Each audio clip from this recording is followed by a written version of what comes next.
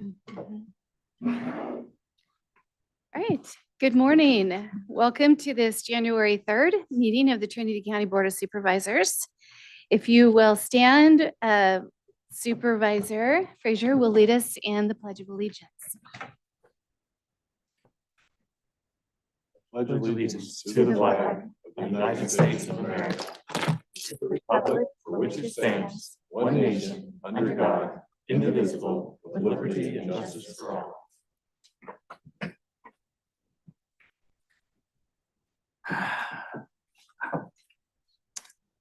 Right, item 1.1, confirm the seating of District 1 Supervisor Rick Lutweiler as chairman and District 3 Supervisor Liam Gogan as chair pro tem, no fiscal impact. Don't really require an introduction to the item is what it is. So we will, I guess, ask any supervisors if they have anything they want to say. All right, I'm going to open this item for public comment. There is none in the room. Any on Zoom? No raised hands. All right, with that, we will close public comment, bring it back to the board. Could I have a motion? I'll move to approve seating Supervisor District 1 Rick Lutweiler as chairman and Supervisor District 3 Liam Gogan as chair pro tem. I will second that. We have a motion from Supervisor Frazier, second from Supervisor Carpenter Harris. Supervisor Carpenter Harris. Aye. Supervisor Frazier. Aye. Supervisor Lutweiler. Aye. Supervisor Gogan. Aye. Chairman Cox. Aye. And with that, congratulations, Supervisor Lutweiler. I just would say thank you for your service this year. You have been a remarkable vice chair through a challenging year, and I thank you for your diligence and leadership. It's been good, and the year to come will be as well. So congratulations. Thank you.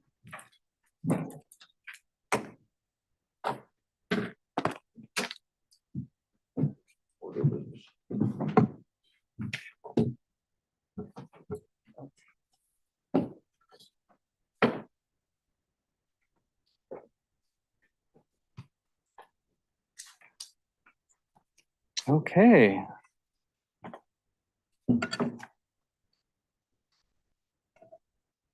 Oh, I guess I have to wait a little bit for returning comments, so I'll wait when we present the gavel. But for now, we will move into presentations. Clerk of the board, present the outgoing chairman of the Board of Supervisors with an engraved gavel, no fiscal impact. So Jill, I do want to say to you, thank you for doing such a great job this year. It was fun in my first year also to watch you lead with, I think, compassion and with calmness during sometimes storms. And I thought you set a very good example, which I will try to follow. So thank you very much. And if you'll all join me out front, I would like to present this. And if we can get a photo, Ashley.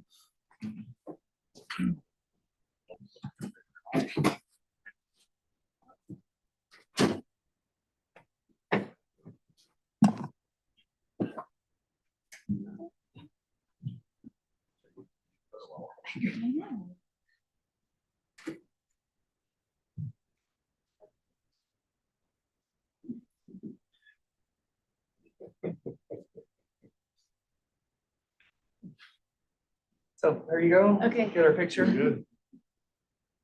I can't see your face.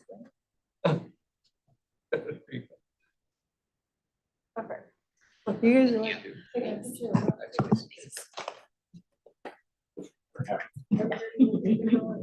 Yeah, we roll.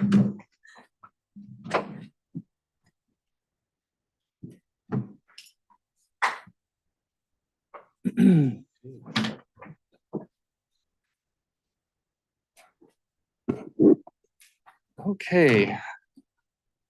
Item 2.2, adopt a proclamation recognizing the month of January 2024 as Human Trafficking Prevention Month.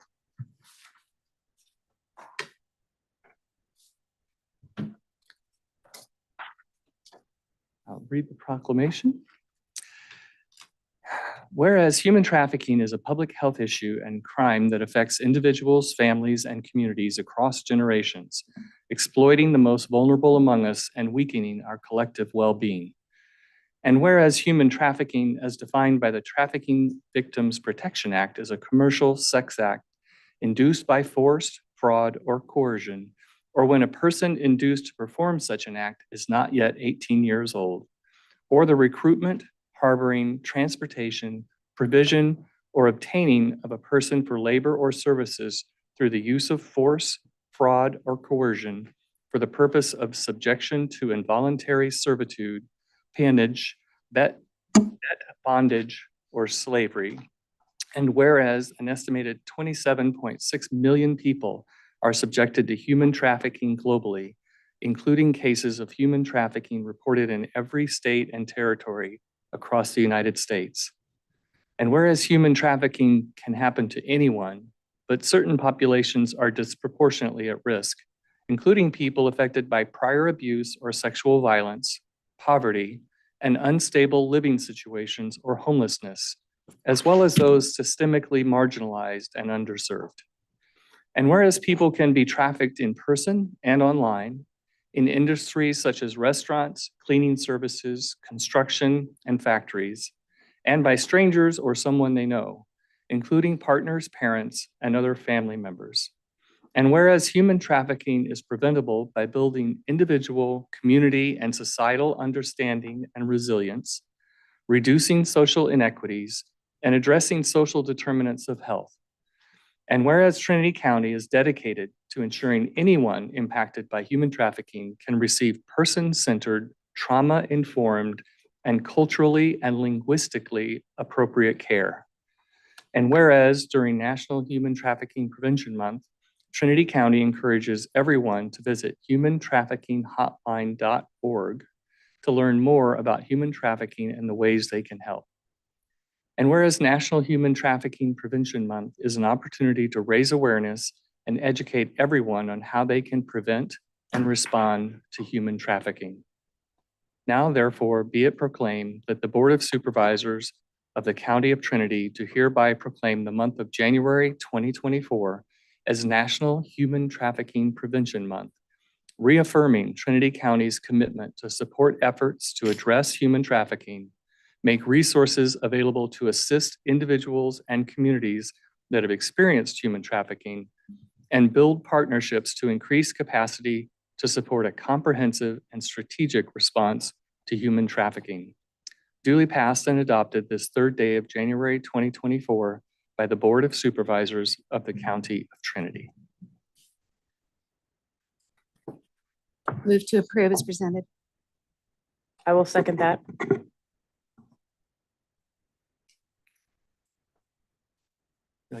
Comment?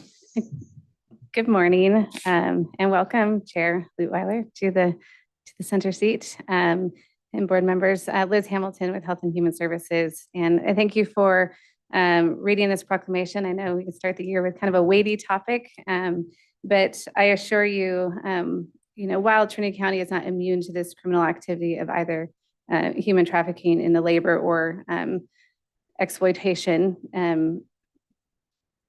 we do have a workforce that is committed to prevention and awareness and assisting our residents here and those that come through our community. And I'd like to thank, just our law enforcement partners in both the Sheriff's Office and probation that work with us directly as we, back in 2015, when the Senate bill actually implemented and required local policy in this area. And a special thank you and shout out to Ashley Poquette, her leadership in bringing to life policy and protocols in response and screening. And so all of our youth that come into care over the age of 10 are screened for their vulnerabilities in this area. And in the last 2 calendar years, we've served 8 children in this space to keep them protected and safe. And so I'm just really proud of the work that our agency, but our county staff as a whole with our law enforcement partners do in this space. So thank you for the adoption of this. Thank you. Yeah. And thank you for all that you do. I know not only directly through the organization that you lead, but having sat in on that Child Abuse Prevention Council meeting and seeing all the work being done by all those organizations Mhm. behind the scenes that probably mostly go unnoticed, but a lot of very focused effort to try to protect our youth. And again, this is not just about youth, but Mhm. they're certainly one of the most vulnerable. So thank you. Yeah. Okay, Yeah, thank you. everyone join me to present this. Oh, please do. Thank you both, our law enforcement and our health and human services. This is a topic that kind of has I have a personal interest in it just because I have visited with people who have been trafficked and have been able to get free out of that.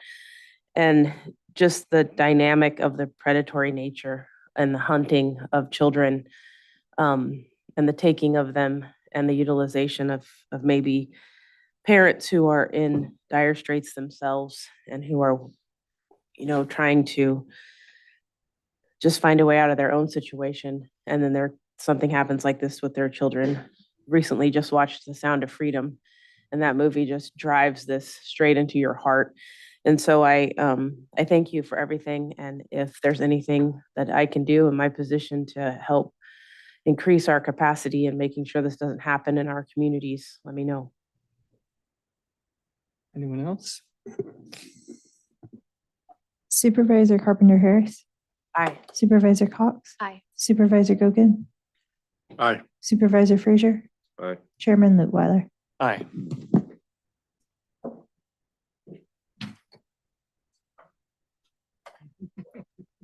I was ready for it after you guys did the first and the second.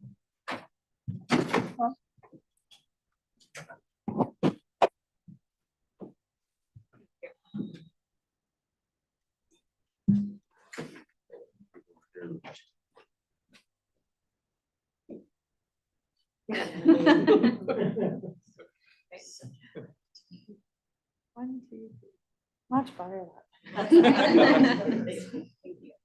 Picture thing down.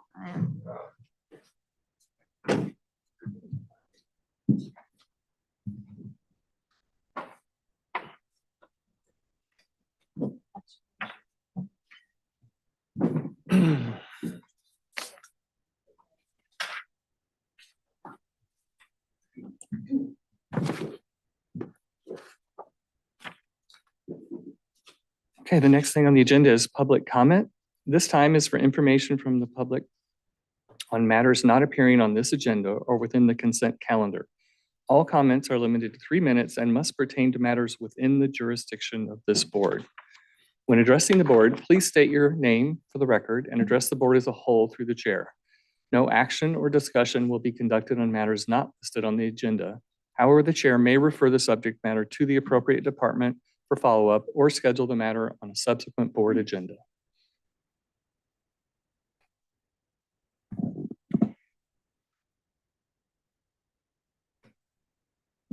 Chris? Hi, can you hear me? Can you hear me? Yes. Okay, thanks. This is Chris Williams, Weaverville. I come with you, I come to you with my concerns. Over the past few years, I've witnessed Planning Commissioner Bill Sharp tell someone he would trade favors if they turn their neighbors into the sheriff's department. That's on public record.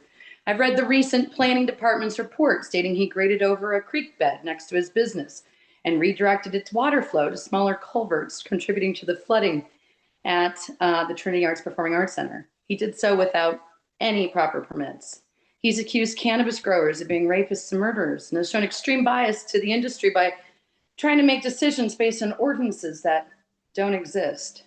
He's admitted to calling code enforcement again and again and again on his neighbor, trying to use his influence as a commissioner to get his neighbor's commercial cannabis farm shut down, despite no sound reasoning. If you're serious about your roles as supervisors, you'll take a closer look at who you've appointed to represent us.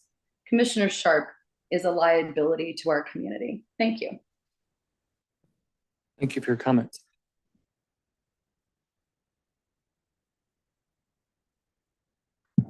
Catherine?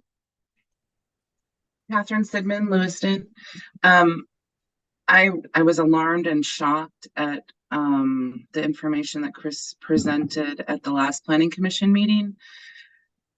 Commissioner Sharp, multiple times at meetings I've attended, has suggested that businesses should lose their director's use permits or special use permits if there's any sort of violation or citation as a result of an inspection.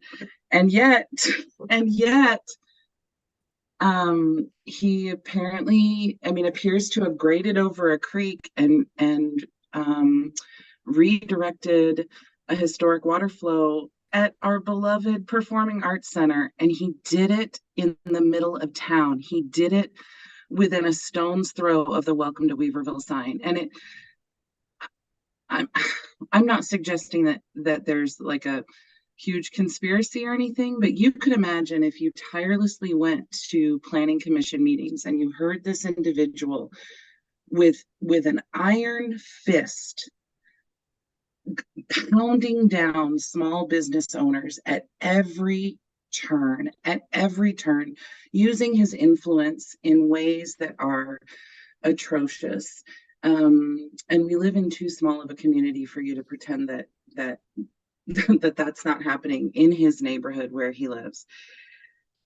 And then he turns around and has the audacity, with absolutely no fear of reprisal, of bulldozing through a creek and directing water at our Performing Arts Center and causing real damage and havoc. And it's rules for thee and not for me. It's constantly coming before you and the Planning Commission and feeling like there's a class of people in Trinity County that can do anything that they want, and for the rest of us it's scraps. And if Bill Sharp's methods were applied to Bill Sharp, he would lose his business and he would lose that property. He would lose the use of that property for his business, because that's what he suggests should happen to other small businesses. And it tells me that he doesn't consider other businesses to be in a category or a class like his business, that he's somehow above it. I've seen it, honestly, I've seen it from people on this board. I've seen it on the Planning Commission, and it's just rotten and terrible, guys. And I'm really, really hoping for something better. I hope you take this seriously. I hope that it's addressed in future meetings. And I'd like to hear from Trent about the investigation and what's happening in a follow-up agenda item, please. Thank you for your comment.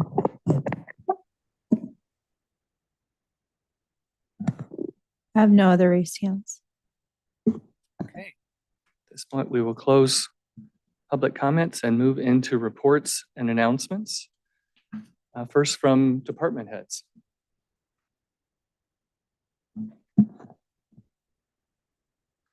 I have no raised hands. Okay. From our CAO. Thank you, Chair. I do have a couple items. So first on the list is on the 9th of January, we'll be having a meeting with Kyle Warner from Ride MTB. We're going to meet with him and some other interested parties and discuss how mountain biking can bring a positive economic impact to a community like ours. Kyle was the keynote speaker at the last RC annual conference. He's originally from Chico. He's done a lot of neat things down there. He has a big passion for Northern California. He's got a very compelling personal story and a personal interest in this area. And I'm grateful that we were able to make contact with him and that he's willing to, help and provide some of his wisdom and knowledge to maybe kickstart some of our efforts in this arena. So excited about that on the 9th. Next topic is we partner with Humboldt County. And I'm very grateful to the 4 leaders from our county staff who will participate in the CSAC Institute Leadership Training. That training is starting later this month and it's for 2 days per month, pretty much for all of calendar year 24, but their first session is later in January. That'll be exciting for those 4 members. Next topic is congressionally directed spending request. This is an annual process, and each session of Congress establishes the rules and guidance for these congressionally directed spending requests. These requests are basically a new name for what you may have heard previously as congressional earmarks. Senators basically get an unlimited number to submit, and congressmen get 15. At least that's been the guidance the past couple of years.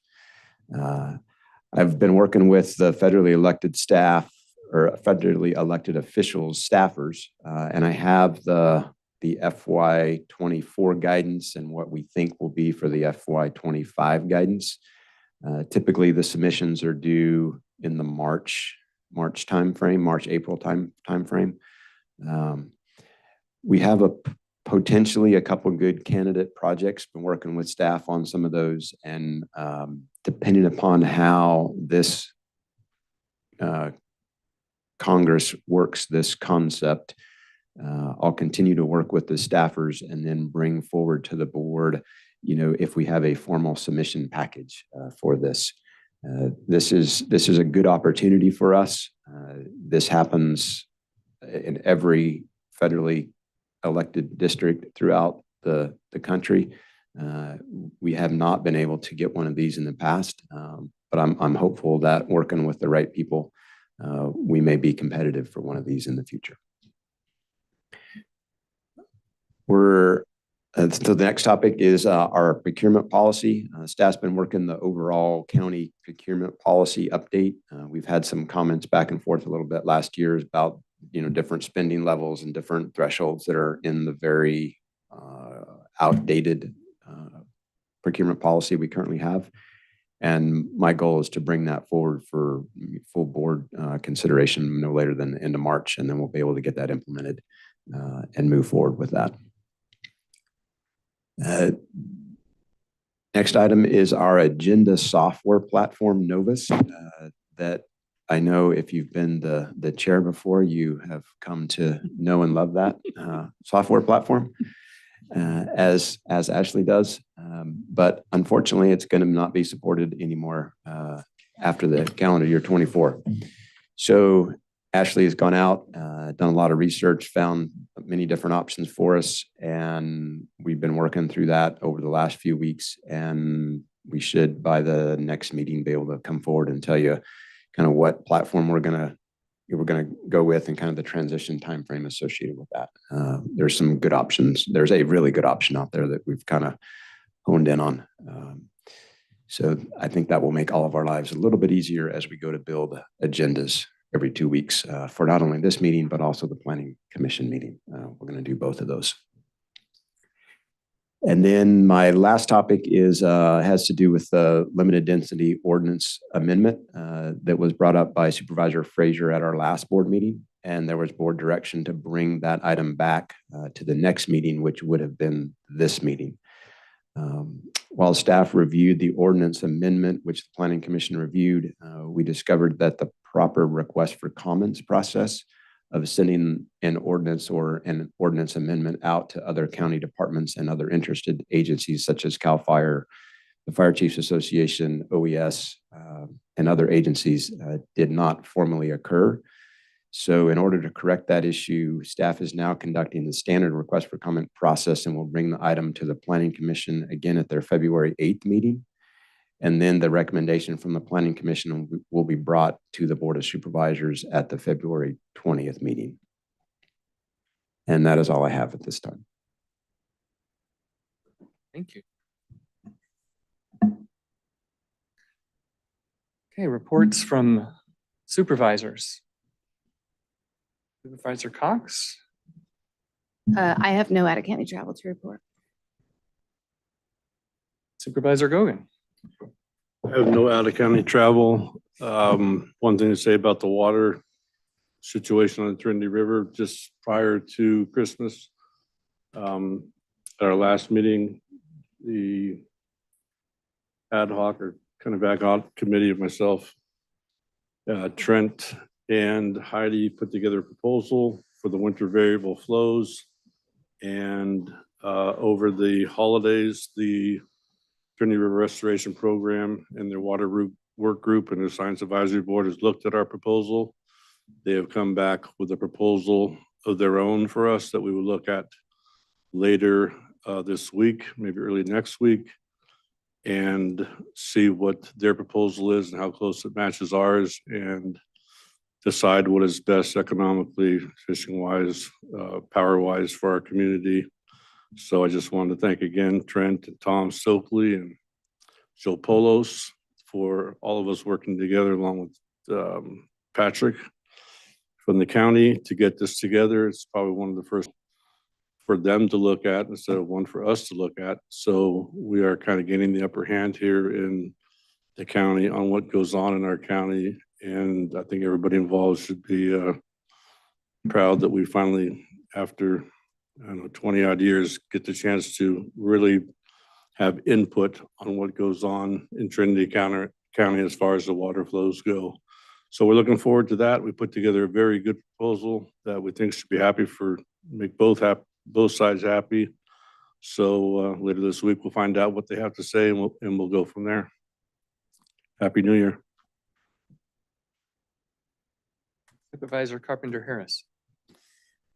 Yes, I have no out of county travel to report. I do want to just take a minute and to say thank you to a gentleman named Tony who lives in Cedar Flat. I don't know, most people have followed this on Facebook, but he spent an exorbitant amount of time in his efforts to rescue a dog named Violet that had found its way all the way from High and Palm. And Tony's not able to be here today because he's being interviewed by TV to capture the story the best that it can. So I've invited him to next board meeting to just give him a public thank you during my report out, but I didn't want to miss the thank you time for right now. So thank you, Tony, for all you did for Violet and for the downriver community. We are so grateful that we live amongst neighbors like you. And I know that Violet is returned to her family now and they're happy as well. But it was a great Christmas story and I'm glad that you did that for all of us. Nice. Supervisor Frazier. All right, I had no out of county travel either. I did attend a behavioral health advisory board meeting here in Weaverville on the 20th. We didn't conduct much business because we didn't have a quorum, but hopefully we will fix that issue later in the consent calendar when we appoint another member to that board. Okay. And I had no out-of-county travel as well. I did participate in the Child Abuse Prevention Council. I gather from talking to Liz and others that this one sort of fell off the radar of the board for a while. So we have not had representation there for some time. And it was interesting to hear all that was going on. So representatives shared information about current and proposed projects, including the purchase of additional lamps to use regarding awareness efforts. Sometimes, we have the green light and the purple lights and so forth. And so additional lamps that could help broaden that exposure. And also discuss potentially launching a new public event that brings together all the groups that offer support related to the health and safety of our children. And so that's something that's just in discussion stages, but it was interesting to see, people thinking about ways in which we can broaden our impact. I did want to note this group reported they have funding available for initiatives related to child abuse prevention and protecting the health and safety of our children. One example that was discussed is purchase of helmets. It can be a lot of different things that can be done with these funds, and they have a good amount of those funds. So we talked about different ways in which those funds could potentially be put to use. And we discussed upcoming community-facing programs and received updates from each organization represented on the council. Not all were there, but many were. And as I mentioned earlier, when Liz was receiving her proclamation, there really is just a lot of great work being done there. And I made the comment at the time that I'm just so grateful for the hearts of people that do that day in and day out, because when you think about what they're facing every day and trying to either support the children or adults who are going through it, and then to, in this case, especially try to prevent it, it has to be a taxing and hopefully still rewarding role. So thank you all for your work. That's my report. Okay, reports from ad hocs. Supervisor Cox, I gather all of the ad hocs that you had put in place during your tenure as chair were set to expire at either at a specific time and already had, or like the cannabis ordinance was still going, but expires at the end of your term. Correct. Okay. So Supervisor Frazier, are you still interested in supporting staff on the ongoing work to update the cannabis ordinance? I know you're enthusiastic about it. Sure. If that's your desire to move forward, yes, I'm willing. And CAO Tuttle, I guess I should check to see, is that something that you would like to continue to have that kind of support from the board? Yes, we would. Okay. So we will formally reinstate the cannabis ordinance update ad hoc committee. The work will be focused on assisting staff in developing the updates to the ordinance, and the ad hoc will cease to exist, will come to a close at the time that that process is complete. Good. And I guess based on the comments that I heard here earlier, ask you also, Trent, would you like to reinstate a water matters ad hoc, or you're fine just going to individuals as you need them to help in the process? I don't want to impose something Yes, on you, but I want to offer it if right. you need it. I think right now, I think operating the way we are going forward with specific supervisors and specific staff as needed. If that changes throughout, or over the next few months or throughout this year, we'll definitely come back and ask if we need to make any adjustments. Okay, thank you. And one other, Supervisor Carpenter Harris, at the last meeting, you mentioned that you would be willing to volunteer to help do research regarding our water districts and the situations they're in and those sorts of things. And so is that something you would still like to pursue and pursue officially as an ad hoc? If it's necessary to have an ad hoc, then that's fine with me, or otherwise I'll just pursue it in congruence with our curiosities collectively. Yeah, I would suggest kind of the same thing on that one. I don't know that we're at the stage to have a formal ad hoc yet. We don't really have a formal, problem to go after. We've got an issue we need to scope and figure out what we should and can be doing in regards to that topic. And I think working with Supervisor, Carpenter Harris, we can do that. And then if we need to, scope a specific ad hoc project or focus item, we can do that at the appropriate time. Okay. Thank you. And thank you. Mm-hmm.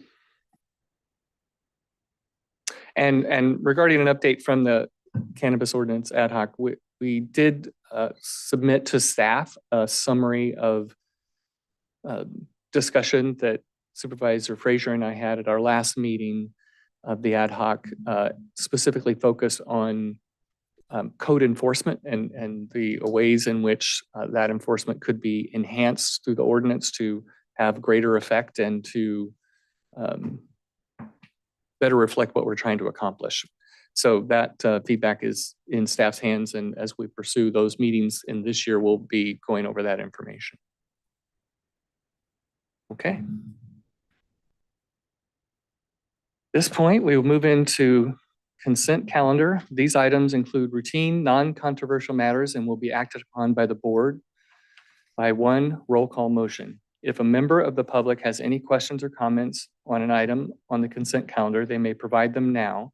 A member of the board or staff may request an item to be pulled and considered separately. This will start with public comment. I have no raised hands. And did any one on the board have one of the items they would like to pull for discussion? Okay. I will entertain a motion. I'll move to approve. I will second. Supervisor Frazier makes the motion. Supervisor Gogan seconds. Aye. Supervisor Frazier. Aye. Supervisor Cox. Aye. Supervisor Carpenter Harris. Aye. Chairman Lutwiler. Aye.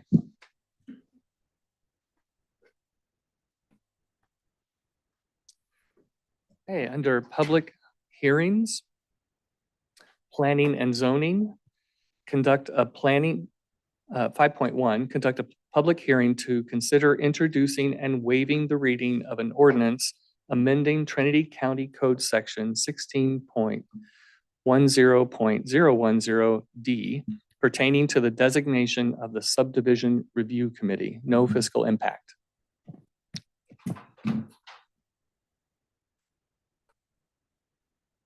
And we have staff here who will give us a brief introduction. We can have board questions. Good morning, board. Before you is a reading, the first reading of an amendment to the subdivision review committee ordinance that would allow for a primary and an alternate for the fire safe or the Fire Chiefs Association designees. And that you appointed at the last meeting. And then you'll see the second reading and the enactment at the January 16th meeting. And I'm here if you have any questions. Anyone have questions for staff? No? Thank you. Alrighty. I will entertain a motion. Move to approve as presented. Public comment. Public comment. Maybe say it. Oh, we'll take public comment now? No raised hands. Okay. Now, Move to approve as presented. do we have a second? I will second.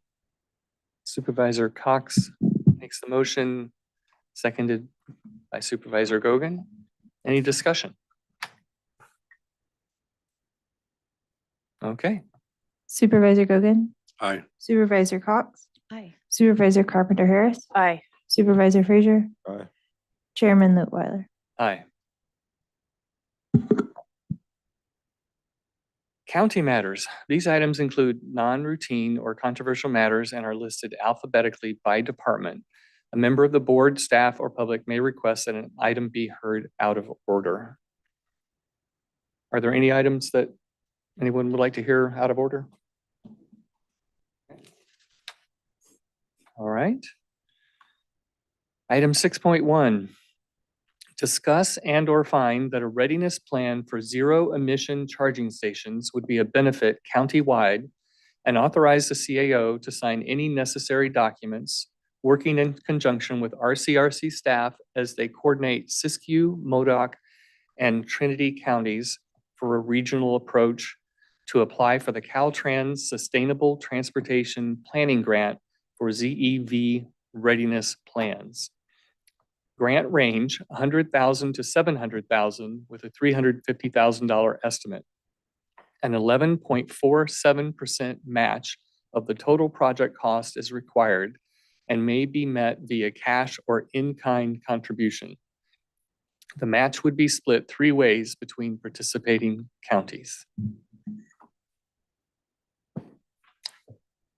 Did you want to take the lead presenting? Okay.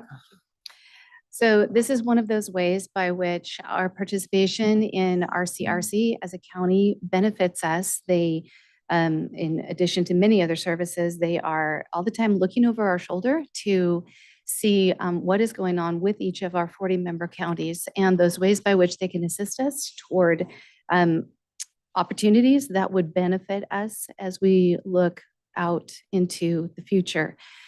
So through RCRC's exploration of the Caltrans Sustainable Transportation Planning Grant Program for zero emission vehicle readiness plans, Siskiyou, Trinity, and Modoc counties were found to be without such a plan. RCRC is offering their assistance as we would apply for these funds to coordinate a plan that we would do so on a regional approach, but we would have our own plan. So this I think if anything, we do have Bob Burris, who is the Deputy Director of Economic Development on the RCRC staff. He is on the meeting. And I'm going to turn it over to him for a little more background and clarity, and then we can move into any discussion that you would care for. Good morning, Bob. Thanks for joining us. Good morning, Supervisor Cox, and good morning, supervisors and staff. We are very excited about this opportunity. It's these readiness plans really provide an opportunity for our counties to get engaged with the development of charging infrastructure. And we talk a lot about electric vehicle charging infrastructure, but it's also fuel cell and other types of alternative fuels for vehicles. Right now in our rural counties, we're seeing about 7% of all the charging capacity in the state. That represents about 2/3 of the geography of the state. So there's some catching up to do. There's an opportunity here for these readiness plans to, one, define exactly what each county, and in this case, the region, would like to do with this charging development plan, but also to take advantage of the benefits of an abundant charging infrastructure.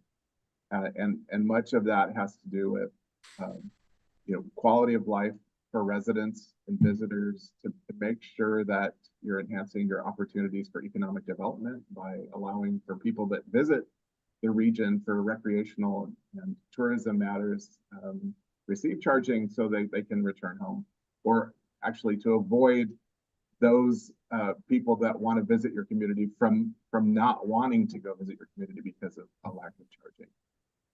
So with this program, we found, and this is something we've been looking for quite a while, the opportunity for Caltrans to heavily support the development of readiness plans. They have a lot of experience. Our conversations with Caltrans, they mentioned that the 3 counties that Supervisor Cox mentioned don't have readiness plans, and that they would strongly encourage, where possible, to work as a region, because when you're talking about transportation, these cross jurisdictional boundaries, it's most important to be efficient for the traveler and for the resident alike. So, as again, Supervisor Cox mentioned, and Supervisor Weiler, it's expected to be probably around $350,000 per county. Counties or MPOs have to be the applicants. So where RCRC can play a role is we can become a regional sub-applicant and provide services such as help the counties write the application and help draft the application to be submitted by January 18th. Upon award, if awarded, that we would play a role in selecting a third-party consultant along with the guidance of each county and the region to be able to provide much of that readiness plan to the counties with a lot of experience in working with many counties and a variety of counties around the state. And then to make sure that everything stays on course, that content is what the county would expect, and that all reporting takes place and we can manage, project manage in that regard as well. What we asked of our counties is engagement, and to make sure that there's a robust and inclusive and broad support for the plan as it's going through its process, and input as the scope is developed and as the plan developed. And that will guarantee that this is something that's actionable and can be implemented. But we're very excited about this. This is something where many of our counties can take advantage of a plan to be in front of this transition to alternative energy vehicles that's occurring statewide and nationwide. So all in there, and happy to answer any questions that you might have. Thank you. Thanks for being here. Any questions from supervisors? I have none. Okay. I did just want to clarify, Bob, my understanding from reading this and exchanging notes with our CAO is that this, if it's 350,000 per county and it's 11.4% match, that's 35, 38, 39,000, something like that. But that is a combination of funds and or in kind, which would mean when staff is working on this, that is in kind. Is that correct?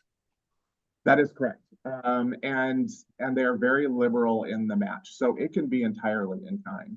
And as a sub-recipient, as a partner of yours, we can utilize our time, but part of our time is in kind as well. And we anticipate doing that. And I guess, CAO Tuthill, are you comfortable with the obligation that this would put on the county if we pursued this financially and staff wise? Yes to both those questions. We've worked with our DOT director, Kokas, and his staff, and they are comfortable with this.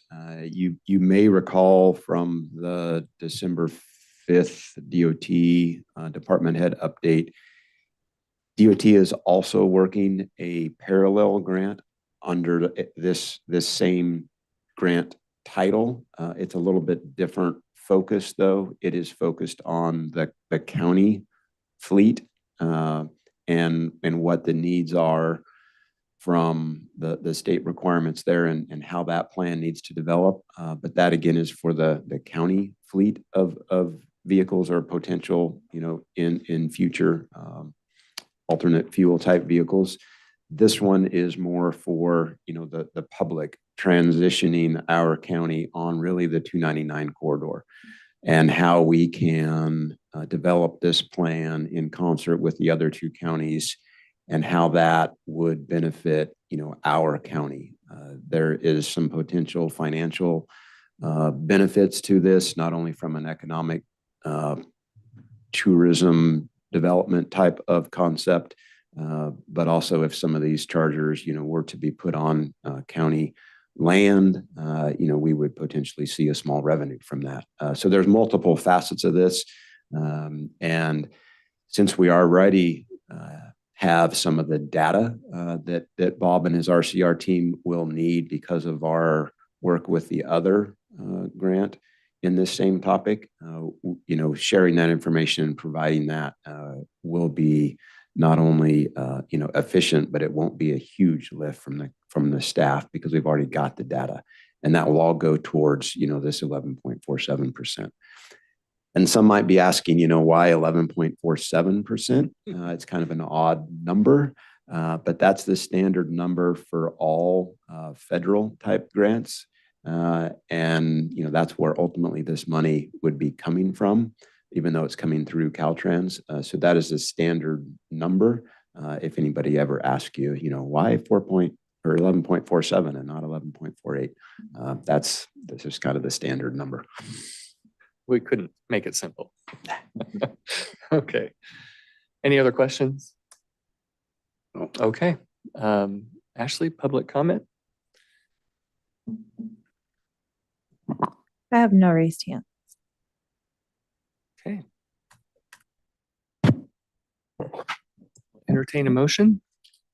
I would move to approve as presented. I will second. Motion by Supervisor Cox and second by Supervisor Carpenter Harris. Any discussion? I don't know if this is discussion. I guess it would be. I still struggle with some of this issue. To me, this is something that should be more of a community market-driven process to determine how much charging capacity we need, not something that the county tries to plan out and implement. And then we end up with charging stations that nobody uses. So I don't know. I struggle with the idea that any form of government can do a better job than the market on anything that has to do with building infrastructure. So I don't know. I would need to be convinced that it's a good idea, but I think that would come along more in the implementation of the plan than making a plan. But Um, I don't know. I'm struggling with this one. So I think, and Bobby, you can help with this if you would. This is to map out those places that it would make sense for us to have this. And the idea, I was actually thinking of you predominantly when I engaged in conversation with Bob about this, because it can be a means by which we can take back some of that control that we felt we were losing through the assembly bill. We were required, even though we didn't fully comply and still are at this time. But this, I don't believe, and Bob, you can speak to this, is the county committing our time or funds to implement the plan, but to create a process that would help with those who wish to do that, market-driven in the future. Bob, would you confirm or correct me in any of that? No, I think you're exactly right, Supervisor Cox. The idea is to put together all of the analysis and site selection criteria, including available infrastructure that's necessary for the development of ZEV infrastructure, to identify locations where, one, it would be optimal for the county in terms of economic development, for staff locations, at government facilities on government land, where that would benefit residents, workers, and visitors alike.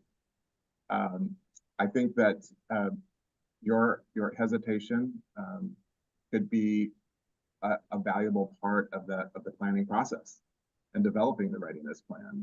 And I think that your input would be valuable as that plan and the scope of work is developed. So, it's not uncommon.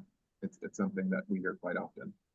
So I think that the readiness plan is really meant to provide all of the tools that the county needs to put together the right information and the right first steps towards development of ZEV. Right now, what we're seeing in a lot of counties without readiness plans is that a lot of incentive and subsidies and private investment is going over their heads to locations that are better prepared to site ZEV. And so part of the urgency of putting together readiness plans is to make sure that counties are ready to receive both private and public dollars while both are flowing. So all in there. I hope that partially answered your question. Do we have any feedback from Yolo County having completed their readiness plan, or is that a bit too early? It's too early. They've just started that process now. You know, we can provide some completed readiness plans that have been accomplished over the last few years to see what they look like. Most start very broad and show the general benefits, the jurisdictions of alternative transportation fueling. And then they narrow down to general areas that would be optimal for siting charging stations. And part of that is through not only government information, but also through private development input. So you do want to have the developers of charging stations and even automakers at the table to provide input on the optimal location for those.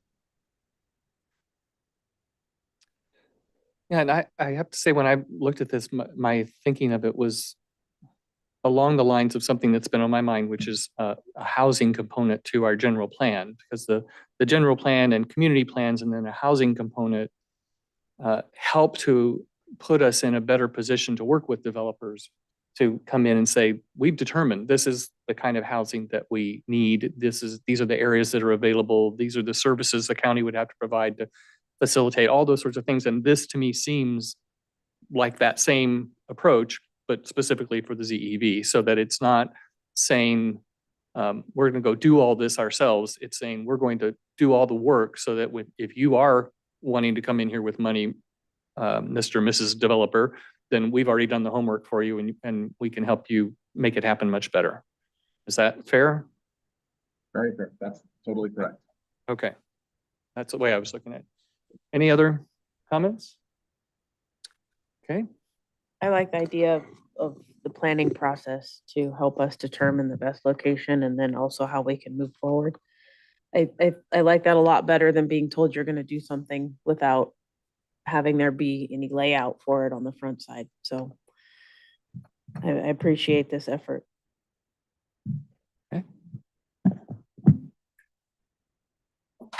Supervisor, yeah. Supervisor Carpenter Harris, Aye. Supervisor Cox. Aye. Supervisor Gogan, Aye. Supervisor Frazier, Aye. Chairman Lutwiler.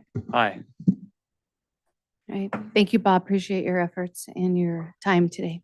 Thank you. Thank you. Okay, the next item, 6.2, under Clerk of the Board, appoint supervisors to represent the county on various boards, commissions, committees, and task forces for 2024. And go ahead. Do you have something you want to share? If you're just, I'll just introduce it real quick. So as Ashley's pulling up the chart there, so I know the team has worked through this, and it's our desire and intent to go through each one of these, and then for the board to assign the primary and alternate and any other action that needs to take place. We'll fill in the worksheet, and then Ashley will fill in the official Word document based upon the worksheet that will then become the public record, if you will, as far as who's appointed to what committee. So we'll just turn it back over to the board to go through the specific assignments and then go from there. Okay. And also, just as a part of presenting the matter, rather than getting into discussion, I did want to note for the public that we started this process by building upon the work that Supervisor Cox did last year as the incoming chair at that time, and in line with the strategic plan that actually calls for us to be more strategic in how we make these kinds of appointments so that we can have a greater impact for the county. And so there was this grouping into things like natural resources and health and social services and so forth. And then there was an effort to put people in those that they had interest in, that they were motivated to be a part of, and then to try to have some alignment and consistency along that. Coming into this year, we started with the same template, and we actually reached out through Deputy Clerk of the Board to each supervisor to give more information about their experience in those roles. So they were all invited to indicate, did they want to stay on that? Would they prefer to move off of that? Are there things they would like to share about it so we have more information? Because sometimes our background information on these is not clear. It's not clear, well, how often do they meet? Where do they meet? Who's the key contact? All those sorts of things. And we still have work to do in fleshing all of that out. But we did, when Supervisor Cox and I met, as the outgoing chair, me as potentially the incoming chair at the time, we looked at all of that feedback, and we did what we're looking at does show some changes, and those the note column indicates those that were changed. So we can use that as we go through these, and if it's when we get to that point, we will just have discussion amongst the board. But I guess I'll start with, did anybody have any more questions about the process before we open for public comment? Okay. I'll ask for public comment.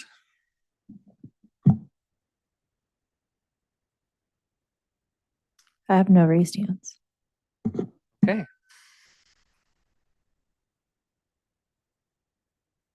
So in this case, we have to have a lot of discussion about how this might look. Should we have that discussion before we're taking a motion, even though that's the opposite of how we usually do that stuff? Correct. In this case, that would be the appropriate. Okay. And just really quickly, council, do we even need a motion on this item? I think, aren't these appointments made by the chair? These appointments are typically made by the chair. It's the chair's pleasure if he wants to do it by motion. But yes, it can be done just by the direction of the chair. I thought I read when I was going through our governance manual that it did say it was confirmed by a vote of the board, but Correct. So the typical procedure that's been used in this county is that the chair makes the selection. Again, it's your pleasure if you want to have it memorialized by the other board members. If any board member disagrees with it, they can make a motion and with a majority can override you. okay. All right, thank you. Okay, so let's just walk through this since this was not a part of the backup material everybody to see. So from the Airport Advisory Committee, Jill and I are basically swapping roles, so I'll still be involved, but she will be the primary. Those meetings take place generally here in Weaverville, and she also has a much longer and deeper connection to the airports, even though it's very important to me and the folks in my district as well. So that was proposed change there. The next item had no changes on the Natural Resources Collaborative. Chair Cox, Chair Cox, CAO Tuthill, we were looking to add David Colbeck to this as a staff representative since he has his new role as the head of the Natural Resources Division Department, whichever it is. Yeah, I think he's the appropriate staff representative. Okay. Mhm. Other than that, no changes. I guess I should stop and say, Heidi, were there any concerns since we're now on to No. you're here? Okay. Okay, North Coast Air Quality Management District, we propose no changes. Northwest California Resource Conservation Development District.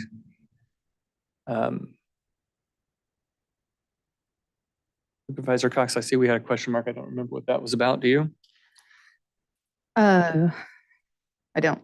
We Okay. weren't sure how people, oh, I know what it was, because you had sent out the message to all of us asking us to complete this chart with Mhm. people's input and feedback, and not having received any from the other two folks. The question was, we weren't sure how people felt. Okay, all right. Thank you. So if we're fine with that as it Yes. is, okay? The Sierra Nevada Conservancy. Good with that staying as is? Actually, the Sierra Nevada Conservancy had, oh, I see, we were trading. That must have marked a trade because Okay. you were the primary on that. Okay, so you're comfortable being as the primary? Yes, and that doesn't require a secondary, or we can have that. I'll be happy to add on as the alternate in case you aren't able to attend. It seems Council, how does that work? How were alternates established originally? Why some committees have them and some don't? So typically what we do is look at the bylaws of the committee to determine whether they allow for alternates or not. If they do allow for alternates, we typically have put them on the list to create an alternate. Some committees don't allow alternates, and so we don't put them on there. Okay, my understanding from this committee is that they allow them. Anybody have information on that? No. I believe they do. Fairly new, so I've never been involved. Uh-huh. And from a legal perspective, if we appoint an alternate and they don't allow it, there's no harm, no No foul. harm. Okay. They just Okay. talked about. Good.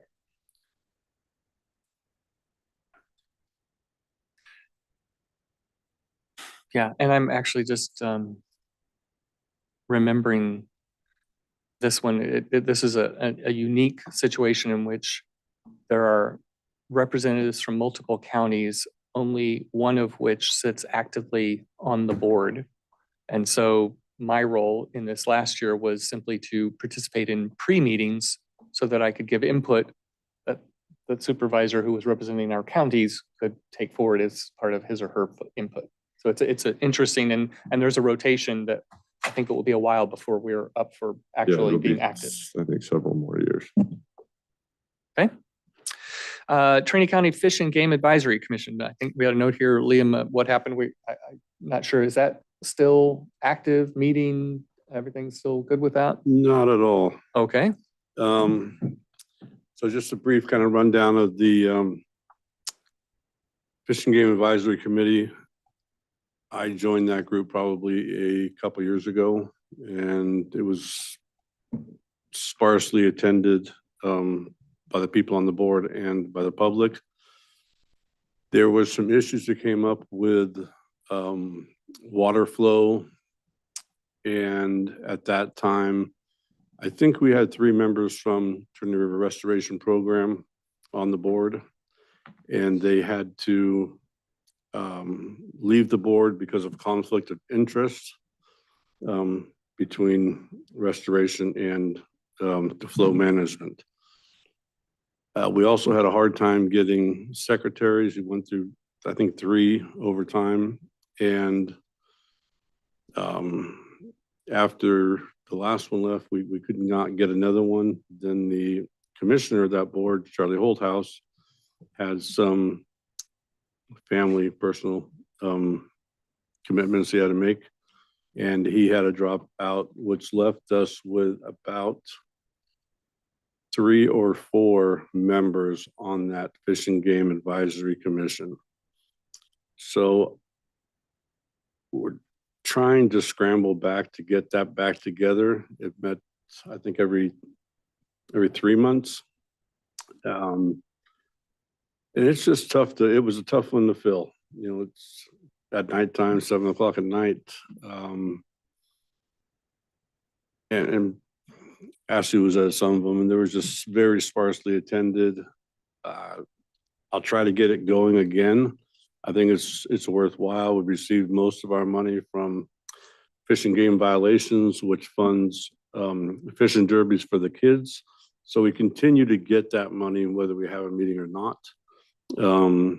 And we will continue to fund the fishing derbies around the county at Carvel Pond, Lewiston Lake, and downriver. So I will commit to trying to bring together a few more people, and to be on this commission here. You can be anybody. Anybody from the community can be on it. You don't have to be a supervisor or anybody in government. In fact, I think I was the only one in government on that committee. So I will try again to get some folks back on this thing, although I've tried, and I probably could put more effort into trying.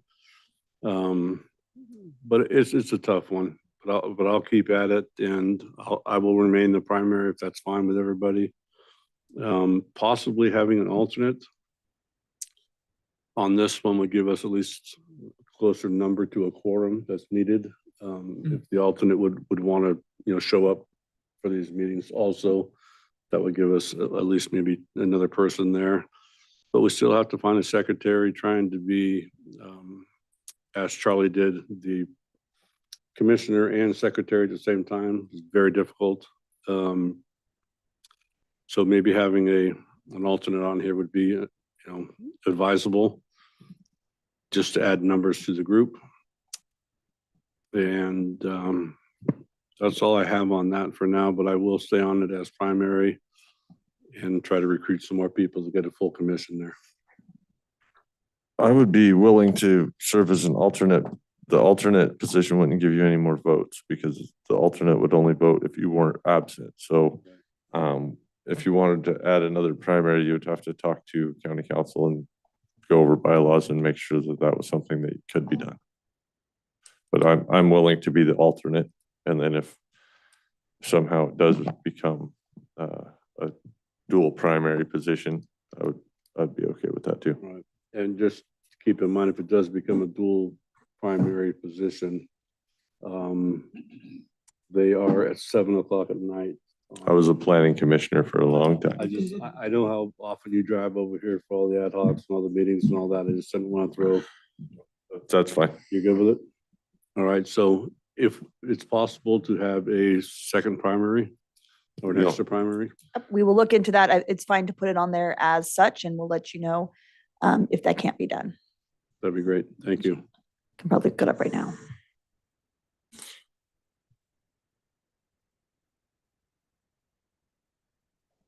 Okay. Trinity Management Council. I'm fine. I would like to remain on that. We are solid. Okay. Right. Weaverville Community Forest. We were adding Jill as an alternate. That's a good idea. Okay. All right. Next is the Behavioral Health Advisory Board. Dan and Heidi. Okay. I'm fine with that. Yeah. Okay. The Child Abuse Prevention Council, Liam, I had swapped out. I was the alternate. You were the primary. And since I now attended, I thought I'd just take the primary and you could still be the alternate. Does That's that work great. for you? Absolutely. Okay. Child Care and Development Planning Council. Fine Good with on it. this? Fine with that. Okay. Children and Families First Commission, First Five. We needed to add an alternate, so we added Rick. Is there, if there's someone else that would like to be on that as an alternate versus me? Oh, okay. Two alternates for that? Oh, No, I'm just asking if somebody would rather take that role than me. If you have an interest. No, okay. I mean, I do, but I gotta. You got your hands full already? Okay, understood. Calusa Glen Trinity Community Action Partnership. Dan Okay. and Liam? I've had this discussion in the past.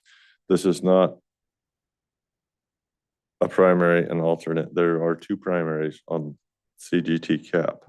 So if Liam wants to continue to be the alternate, we need to appoint another primary, or we need to appoint an alternate and make Liam the second primary, because we have two voting positions on that board, supervisors, and then we also have staff, which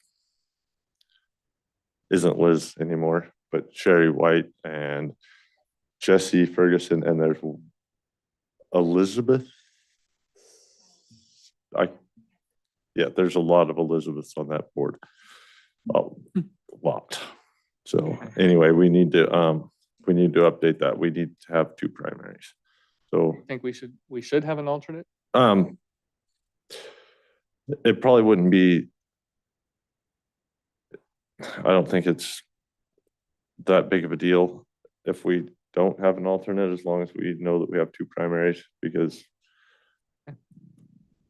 we can both attend those meetings. So, and if Liam doesn't want that position, now would be the time to find out who does. So I'm good with that. all right, so the next meeting is January 24th in Reading. Ready. Okay. Chair, if I may revisit the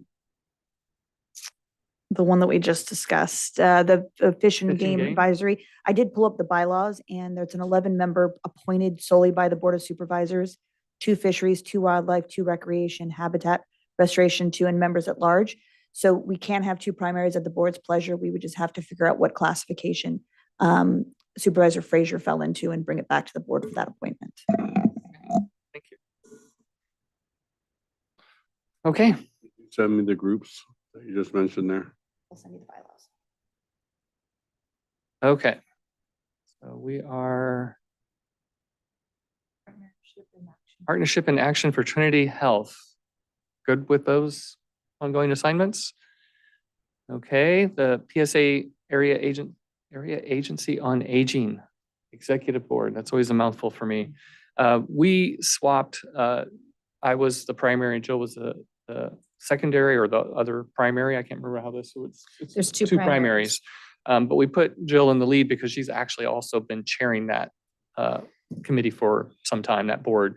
And so it makes sense for her to continue in that primary role. Social Services Transportation Advisory Council. Are we good with it as is? Sure. All right.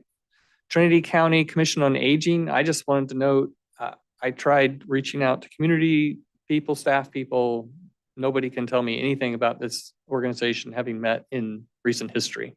So if it exists, I would love to know about it. I'm happy to participate, but I'm just not aware of any activity. All right. Community Corrections Partnership, CAO. Apparently we don't need any board representative on that. Disaster Council, that is the chair and vice chair. So is the vice chair should be the alternate? Is that how that works? Because I see that in the notes over here in the red, it says chairs, comma, vice chair. So is the vice chair automatically an alternate?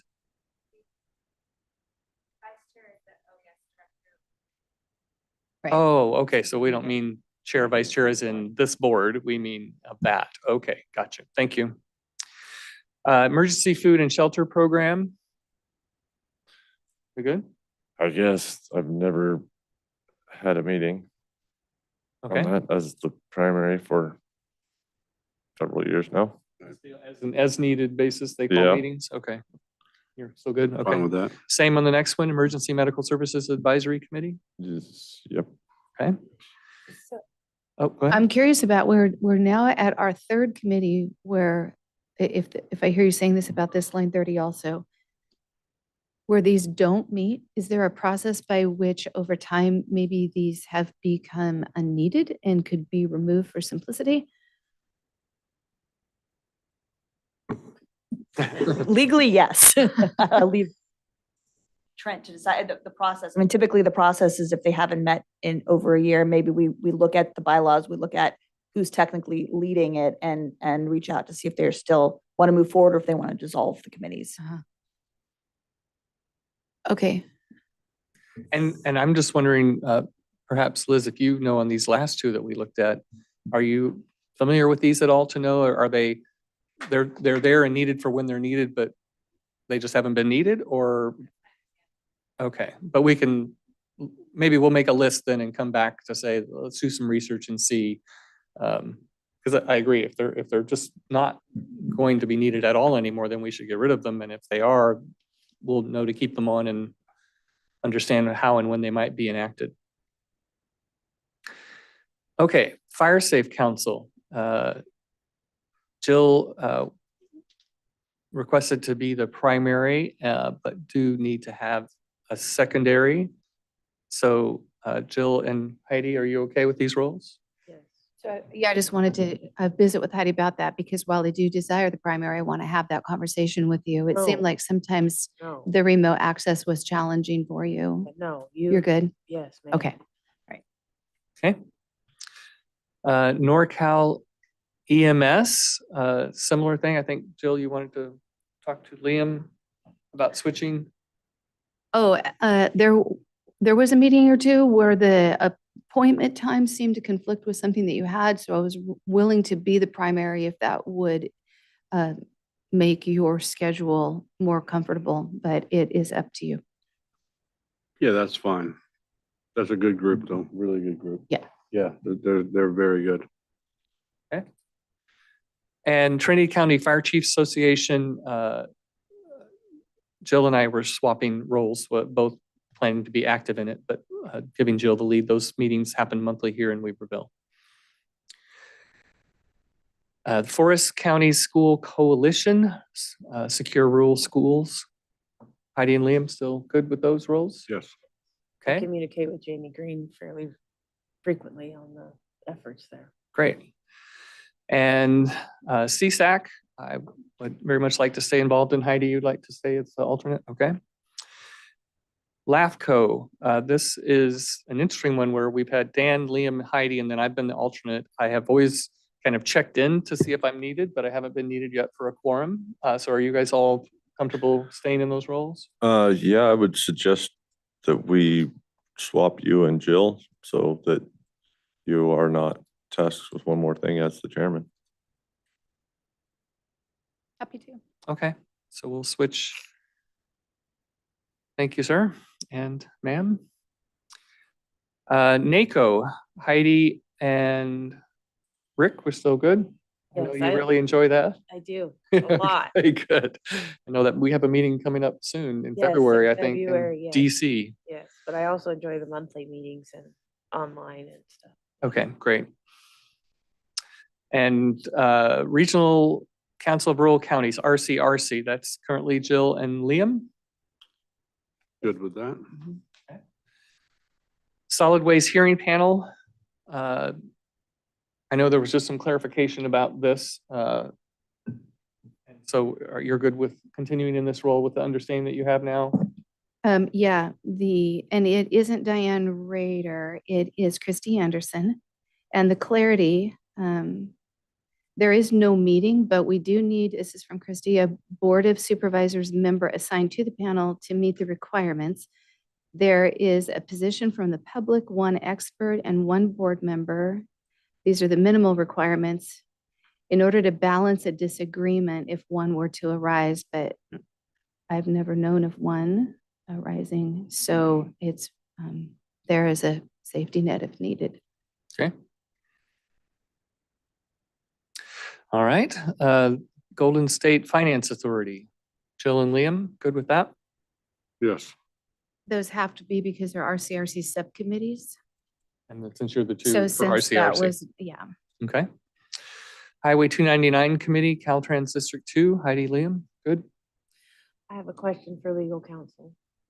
My husband just recently became employed by Caltrans District 1. Is there a problem with me being on this committee because my husband is employed for Caltrans now? So I would have to look at the role of this. If it's an advisory committee, I don't believe there would be any concern, but if it's not, we would want to reach out to the FPPC to make a determination. But again, if it's advisory and there's not making any determination, no money exchange hands, we shouldn't have a problem. Okay. I just wanted to make sure. And you also, I heard noted he's District 1 and this is District 2 and, okay. Yeah. Thank you for that. I believe District 1. Okay. It's Humboldt, so yeah. I think Okay, Highway 36 Committee. Dan, you're good? Okay. Yeah, it's never met in my tenure. Okay, that's another one we can check on. Housing Rehabilitation and Business Loan Committee. I know this was something that was active under Susie Cockham's tenure. Is this still something we need? It is still something we need. Most of the activity is via email. Most of the meetings, if you will, have been via email so far. But for example, I mean, we just did one of these probably 6 to 8 weeks ago, based upon an old loan, and that meeting discussion decision allowed the sale of that property to go through, and we actually county received a check for the balance and all that stuff. So it is still needed and active as we have active loans out still. And Jill and Dan, you're still comfortable? Yeah, as long as, that's one of those ones that was confusing in the past. I was listed as an alternate. I was the second primary, so I know that there were times Jill and I discussed, like, am I supposed to be here or not? But if I'm a second primary and I know that, then I'll be more engaged in that. I was there, I just didn't talk much. Okay, thank you. North Coast Resource Partnership. Heidi, I know that I recall that your peer here was singing your praises at the last meeting, that you were the superstar there. So we thought you two might want to swap primary, secondary, but that's up to you two. Superstar. But I do enjoy being on that committee or this partnership. As I do too, and we are also on an ad hoc committee for this partnership, which is a anti-cannabis committee. Illegal cannabis. Illegal cannabis cleanup committee. So there is a subcommittee to this committee. Great.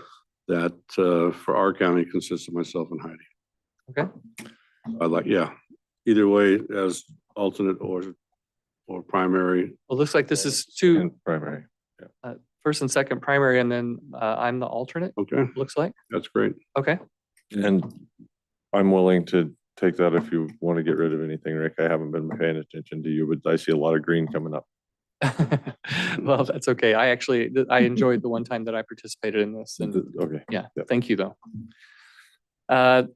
The NORTEC, the Northern Rural Training and Employment Consortium. I've been attending those. I'm happy to continue to do that. I'm involved in working with them on strategic planning and such, so I'm happy to continue that.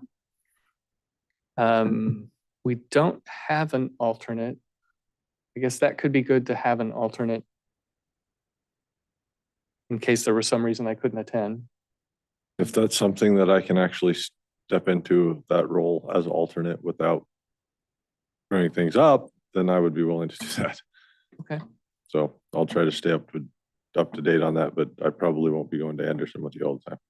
Okay, thank you. I can help too with that. if needed. Okay. We'll see if we run into challenges there. Okay, Remote Access Network Board. This is another one where, Dan, I don't know if you, but I've never seen anything about it, don't know. So this is another one we'll have to look into about their activity. And Superior California Economic Development District, SCED. That's currently myself and Dan, and I'm good with that. Again, I'm teed up to lead a strategic planning discussion with that board at the next meeting, so I'm happy to stay involved. And then we have two listed here below with your name on them, Liam, the Trinity Opioid Safety Coalition and Health Systems Collaborative. Yes, Okay, and do we need alternates for those? that I don't know. I've attended the opioid coalition, and I don't know if we need an alternate. I think they're both very important, especially now with the opioid crisis that we're having. But I'm not sure if an alternate is recommended, needed, or mandatory on that one. Well, do we have someone that would like to volunteer for that in case we decide it is needed? We won't have to bring that back. I can do it. Both of them? Those meetings are here in Weaverville, correct? Yeah. Yeah, that would be fine. Thank you. That was gonna be my question, where and when? When are they typically? No, that's a good question. That opioid safety coalition just kind of popped up. I'm not sure how long ago, maybe 4 or 5 They months ago. requested that in January of last year. Both of these, Marcy came and asked the board to add these two new. Mhm. And so they were just sort of getting up and running, and you're saying they didn't really start to meet until? Yeah, recently? we just started to get that going. I'm not exactly sure what the dates are. We'll probably have to talk to Marcy about that. I think it's once a month, perhaps. While she's looking that up, just as a little housekeeping item, if we go back to the admin and general government section in blue, we just need to, and I'll own the mistake. It says Regional Council of Rural Counties. They're actually called Rural County Representatives of California. Mhm. Okay. Rural Counties Representatives of California. Rural County singular, Rural County Representatives of California.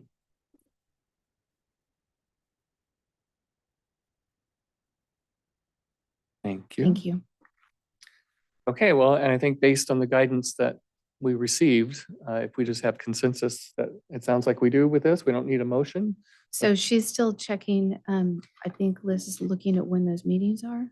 Oh, If there's a direct conflict, it would be easier to solve it now. oh, Liz, are you in fact looking up something? Okay, we'll give you a minute.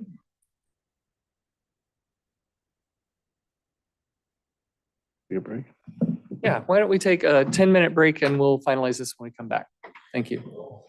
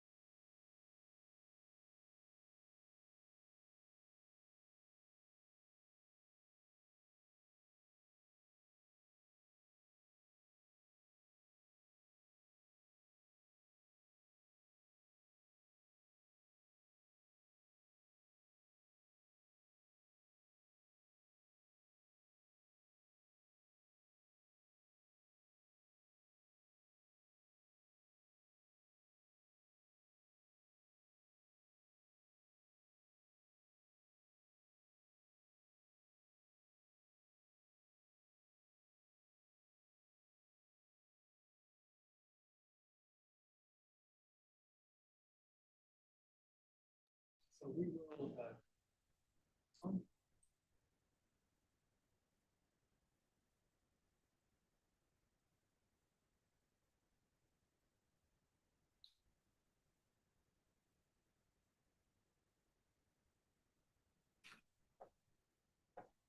there we go. Okay, we are back in session and we're going to, since we are waiting some information to finalize our appointments, we will table item 6 or item 6.2 and move on to item 6.3. Item 6.3, acknowledge receipt of and assign supervisors to draft a response to the following: 2023 Civil Grand Jury Mental Health Report and 2023 Trinity County Grand Jury Report Solid Waste Report. Thank you, Chair. So first, I'd like to address why those are a little bit different, although there's this 2 grand jury reports. That's how they were titled when we received them. So we wanted to make sure we acknowledge them as we receive them. So the process here is, at the end of the calendar year, typically the grand jury will finalize and submit their reports. We received these on the 19th of December. They became official 3 days after that. So we're officially acknowledging receipt.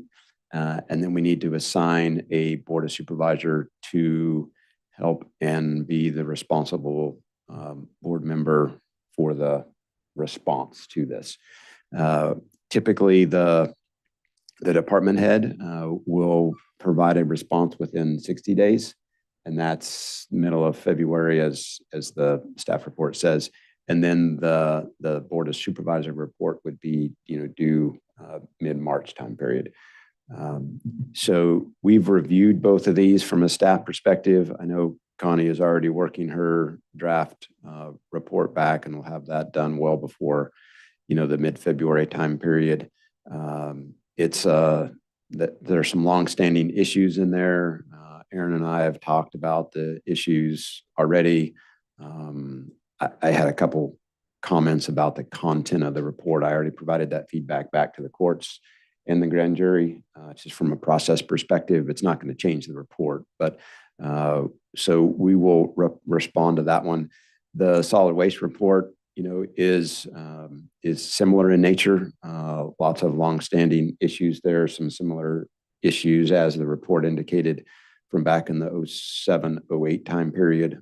I do really like the way the report is written, though, for the solid waste, as far as what their recommendations, what their findings, and then an immediate recommendation to that. I found that very helpful and useful. Most of the recommendations do come with the resource impact, so we will obviously have to work through that as staff and board, and then, figure out what we can and can't do there.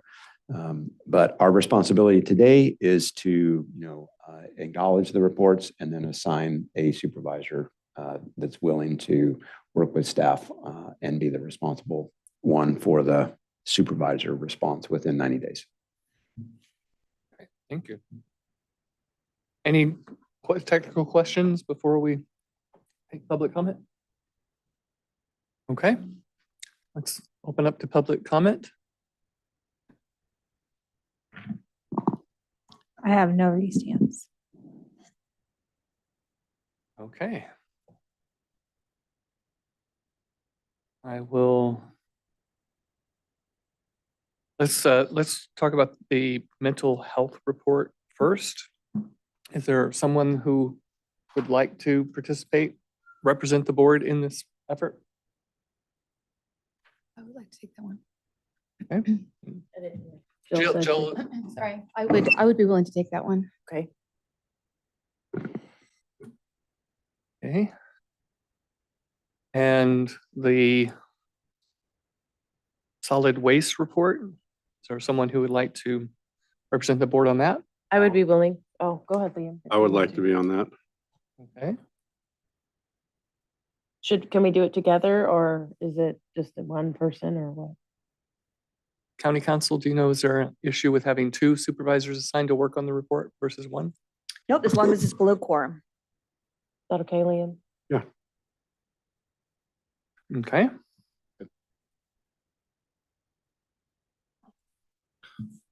So I guess I will entertain a motion. Sounds like would be assigning Jill health report and both Heidi and Liam to address the solid waste report. I will make a motion to acknowledge the receipt of the 2 grand jury reports and to assign Supervisor Cox to answer the civil grand jury mental health report and Supervisors Gogan and Carpenter Harris to respond to the Trinity County grand jury report, solid waste report. Did I happen to see that there was 2 different dates for responses on those? Was one 60 days and one 90? Yeah, the 60-day one is the department head report, is due back. And then typically is what happens there, then the board of supervisors will, or the board member will obviously take input from that report, any other input, any other discussions they may want to have, any other recommendations, any other analysis that wants to be done, and then they will develop their report based upon that. Okay. Do we have a second for Supervisor Frazier's motion? I will second. Okay. Any discussion? Call the vote. Supervisor Carpenter Harris, Aye. Supervisor Frazier. Aye. Supervisor Gogan. Aye. Supervisor Cox. Aye. Chairman Litwiler. Aye. Okay. Liz, are you ready for us or? She gave me the dates Okay. for the Health System Collaborative. It is quarterly on Wednesdays, beginning in March. And for the Opioid Safety Coalition is going to be bi-monthly, 3rd Thursday at 2:30, beginning in February, and they'll both meet in Weaverville. And the Wednesday, was there a time? I didn't hear that. There wasn't a time written down on here. I don't know if that helps. Kristen Ford is the contact for both. Might be back one. Hang on a second. It might be a. So for the public, we're stepping back to the item 6.2 where we were trying to finalize the final 2 appointments and checking some calendars to make sure that the appointments will work. Oh, yeah, 1 to 2:30 for the opioid. There's not one for the other meeting. There's no time. I'm sorry. Need the right screen pulled up. Okay, opioid is Thursdays 1 to 2:30. 3rd Thursday. 3rd Thursday, 1 to 2:30. Bi-monthly. What time is that, Jill? 1 to 2:30. 3rd Thursday bi-monthly. And I'm sorry, the Health Systems Collaborative, you said that was on Wednesdays and quarterly, Mhm. and there's no time though. Okay, that one can work or could present a problem for me, so I'd be happy to be the alternate on the opioid. And maybe somebody else wants to do the health systems, or we wait to see what time it is. I'm happy to do it if it works.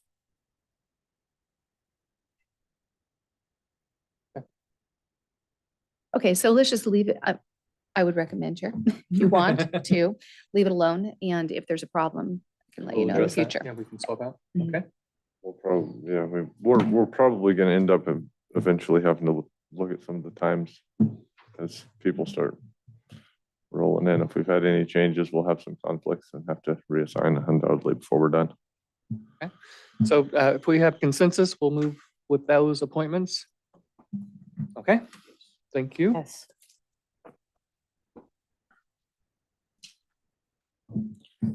Item. County Administrative Office 6.4, approved Trinity County Strategic Plan for 2024 to 2029. no direct fiscal impact. All right, thank you, Chair. So this is an exciting topic for me and I think the county, and one that has been in the works for a while and even well before my time, but during my time, staff has put a lot of effort into this, and I think we've got a good product that we can talk through today and move forward with. So there's two documents that Ashley will bring up. One is the what I call kind of the glossy picture part of it, the one that's a much shorter document. It can be set up, printed in color, set on a desk, provided to somebody, and that's what shows our quick countywide, mission, vision, values, and our higher level goals. Really what we're focusing on for the year. And you'll see some terminology used in both of these documents, and I'll kind of walk through those a little bit. They may be different than what some folks have seen in a strategic plan, but they're what is used now in industry, if you will. So a line of effort is a large, high-level goal. That's very strategic. Those will more than likely, not change at all over like a 5-year period. That's very high level. You can fit pretty much anything you want to do into those type of areas. Again, that's a line of effort. And then below the line of effort are objectives and then key results. And if you are interested at all in the strategic planning process and just kind of the methodologies that are used, it's called the OKR methodology. It's been developed in industry. It's been used. It's a tried and true practice. And you take the O as the objective. So you take that, and that falls underneath a line of effort. And then you develop specific objectives that you want to achieve, as an institution, as an organization. And typically those are, per line of effort, you have 1 to 3 or 4 of those per objective. You don't want to get too many because it starts to dilute down the process. And these are pretty high level. The objectives are, and then below each objective, there's what we call key results. That's when we're really getting into what I would call the meat of what we as a county will be achieving for, in this case, a 5-year plan, but it's really, you take these year at a time and then you reevaluate and you adjust the key result aspect of that. You can adjust an objective as frequently as we want to. Typically those, would be probably adjusted at a 2-year-ish point, maybe that 2 to 3 year, a couple times over that 5-year period, but not annually. The key results will be definitely looked at on an annual basis, and we will, in an ideal world, we will accomplish a lot of those key results, and we will, finish those 100%, and it'll be ticked off, and it'll be done, accomplished, and then we would replace that key result with another one that we want to then focus on for the next year. Because we're just getting this going, we will not achieve every one of the key results that you see in the second larger document today, but I'll get into that in a little bit, and I'll kind of stay with the first document, which specifically identifies the lines of effort and the objectives. So that's kind of the documents we're looking at, and the contents of this was mainly pulled from a big effort the county did via a consultant, basically starting in 21, finishing up on September 30th of 22. It was brought back to the board, so 3 of the 5 current board members were present then, and that document was adopted, if you will, by the board as an approved document. That contained all of the information that's in the documents in front of you today, but in a different format. Different terminology was used. It was just a different format, but the content was exactly the same. So On the first document, the one, that's titled the Strategic Plan 24 to 29, it's got, kind of some information about Trinity County on the first page there. And then there's a pictorial of, how this strategic plan is going to be used. And I like the pictorial aspect of it versus trying to describe this in a bunch of words, because, in a quarter of a page, we can figure out exactly, how the strategic plan is going to be used.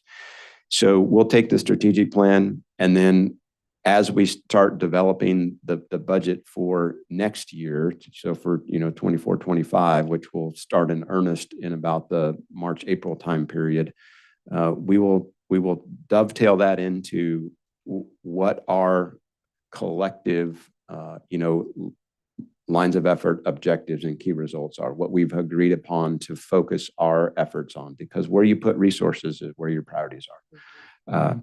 So it does dovetail into the strategic plan, dovetails into the budget process.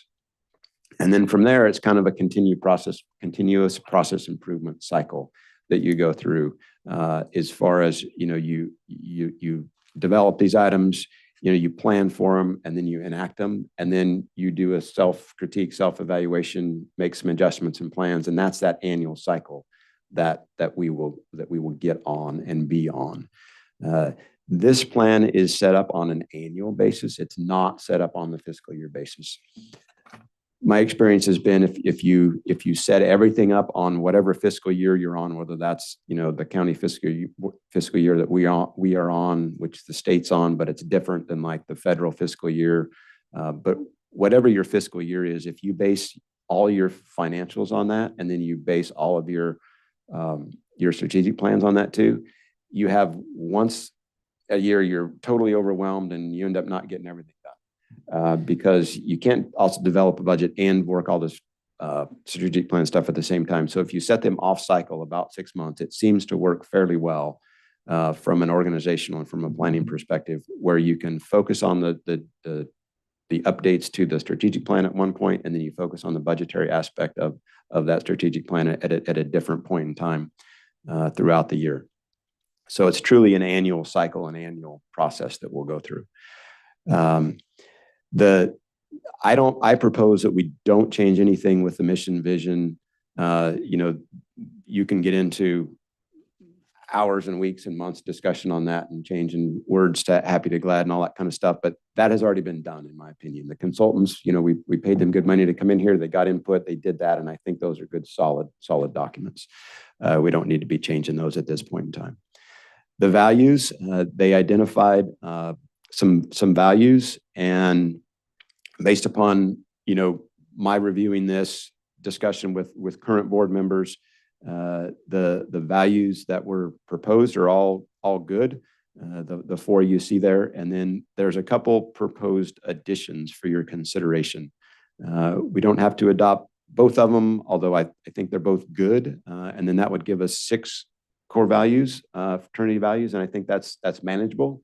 That is appropriate. That's not too many. It's not going to get, watered down, and we're not going to get bogged down.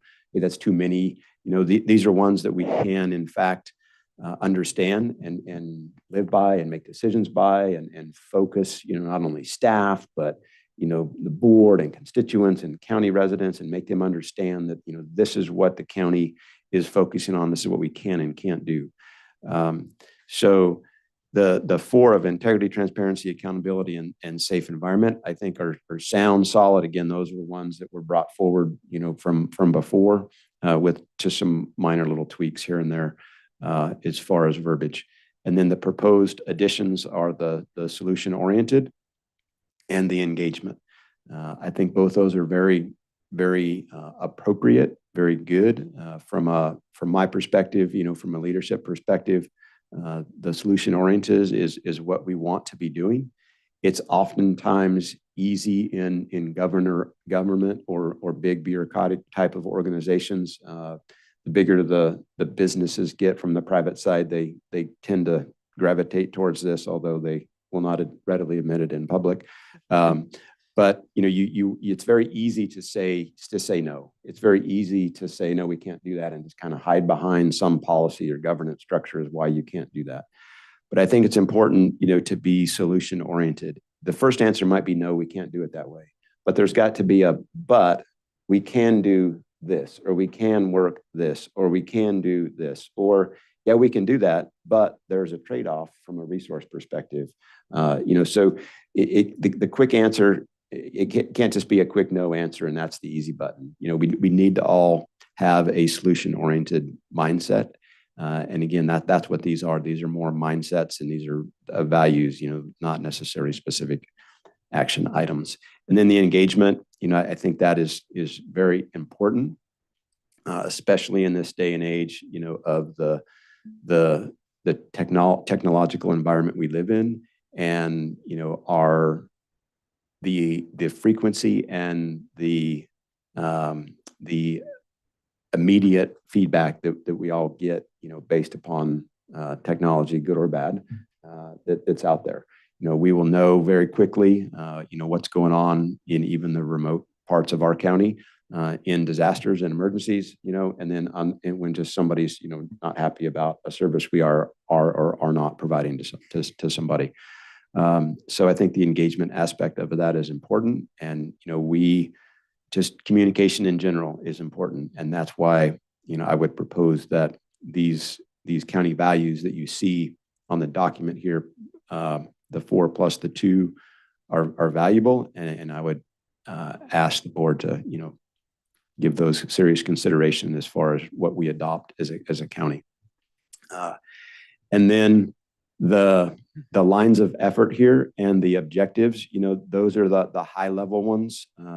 And I would kind of ask the board to give me a little bit of leeway to walk through this document a little bit, and then kind of move to the next document where we've got some additions, and we'll work some of the proposed changes or additions and discussion that the board wants to have on that document. And then we will hopefully walk away from this session, and this item with an approved, if you will, go forth. And this is our strategic plan. I can do any cleanup as far as the admin piece of it and all that. That's easy to do.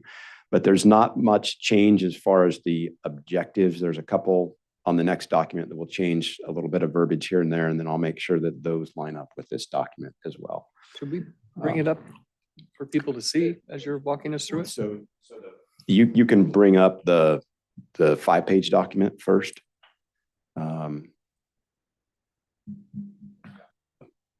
That's got the big Trinity emblem on the first page there. Can we ask questions? Or no? Yeah, absolutely. I'll stop talking now. And I wasn't asking you to stop talking. nope, no, we're good. I just I'll wanted do to ask. Yep. I just had some questions. Yep. So Ashley, if you could bring that up and put it on the page, end of page 2, where the Trinity County values are there. Those are the proposed right there. Yep. Those are the proposed additions I was talking about. So we'll just leave that up on the screen, and then, yeah. My questions Ready, are go for ahead. later down in the document. Okay. If you're ready, or you Okay. No, we can go there now. Absolutely. I just was curious, in reading all of this, in objective 4, Mhm. under the line of effort, growth and development, I was just wondering why we ensure all industry, including legal cannabis, reflects and supports the heritage and lifestyle of Trinity County.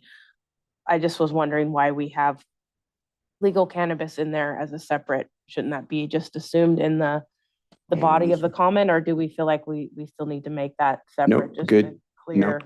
Good comment. And on the other document. Understand Yep, why. yep. No, good comment. On the other document that we'll go through in more detail, there's a proposed little verbiage change there that does make it just for all industry. Okay. I just For was curious. I didn't at know the if there was- objective level.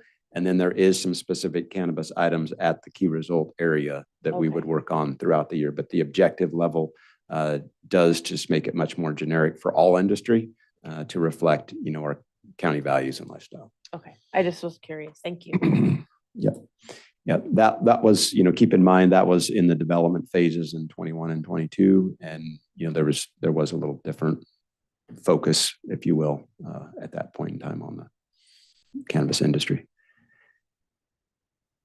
So Ashley, now, unless there's any more questions on this document, if we could go to the next document, I'll kind of walk through that one, and then that one will to talk through some of the specific changes. And then if there's any other changes or additions, I think there'll be lots more discussion and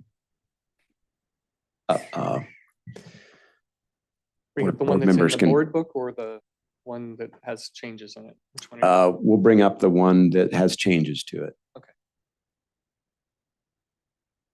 So if you go to this page, so just to kind of orient the board members and the public, if you're looking at the one that's in the board backup document, it won't have what's showing on our screen in this room is kind of an orange font.